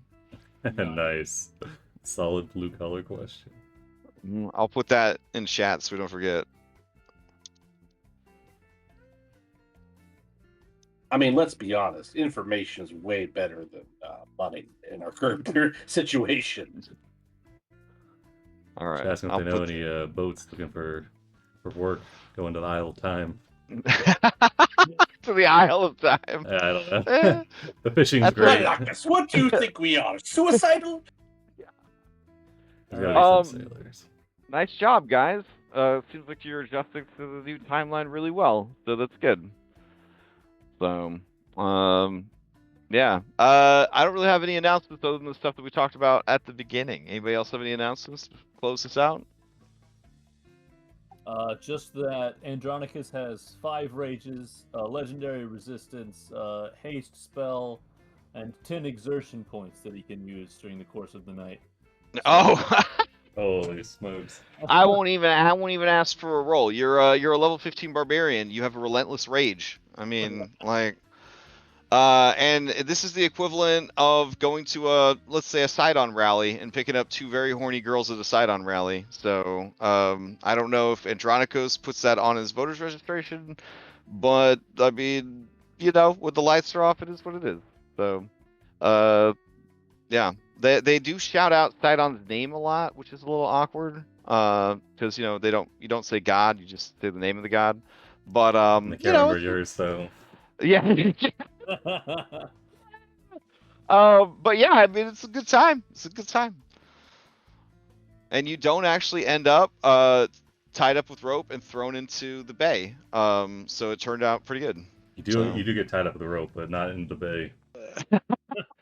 I don't know if you would trust the rope after the tied up with the rope into the bay thing, but maybe. That's Julian's trauma. For that Andronicus, that's just a good time, you know. He's I free feel on like the a water. barbarian would be confident about rope play. A 15th level barbarian, they should be. Another character Oh, that's speaking fucking of the levels, since you guys have been adventuring for 888 years, you do hit a milestone. So you are now level 16. Sweet. Great. Oh man. Well, I don't even know how to navigate D&D Beyond anymore since they changed the website. Cursed timeline. Yeah. I mean, it's a 5e level up. It shouldn't be too bad. Too bad. All right. Anything else before we adjourn, guys? All right. Well, the plan is to play. The plan is to play next week. Oh, you have something, Don? Nothing really special for me. I'm just, I'm continuing to build the Cyberpunk Edge Runners mission kit 2-shot. So as soon as I get probably halfway done to prepping it, I'll probably put throughout the game listing. So look out for that. Cool. All righty. Oh, I guess if I did have an announcement, I'm pretty sure we've got 4 sessions left. That's my estimate of Nightfall. When Nightfall ends, I will be running a Kobold game, Crown of the Kobold Kings Whipsaw Kobold Edition, in that spot on Thursday nights. I am going to give the Curse of Strahd guys first dibs on spots as a palate cleanser. And maybe an apology. I don't know. And then if there is a spot open though, 1 or more spots open, I will post I'll post up an ad for it to fill the rest of the spots. So if you're interested in low level Pathfinder, everybody plays with the Kobold in a double dungeon town mini sandbox adventure, that's what I'll be doing after Nightfall ends. So, all right. Well, good night, guys. Thanks for the game. Thanks, Yep. Jim. All right, night. Thanks everybody for watching. Come back next time.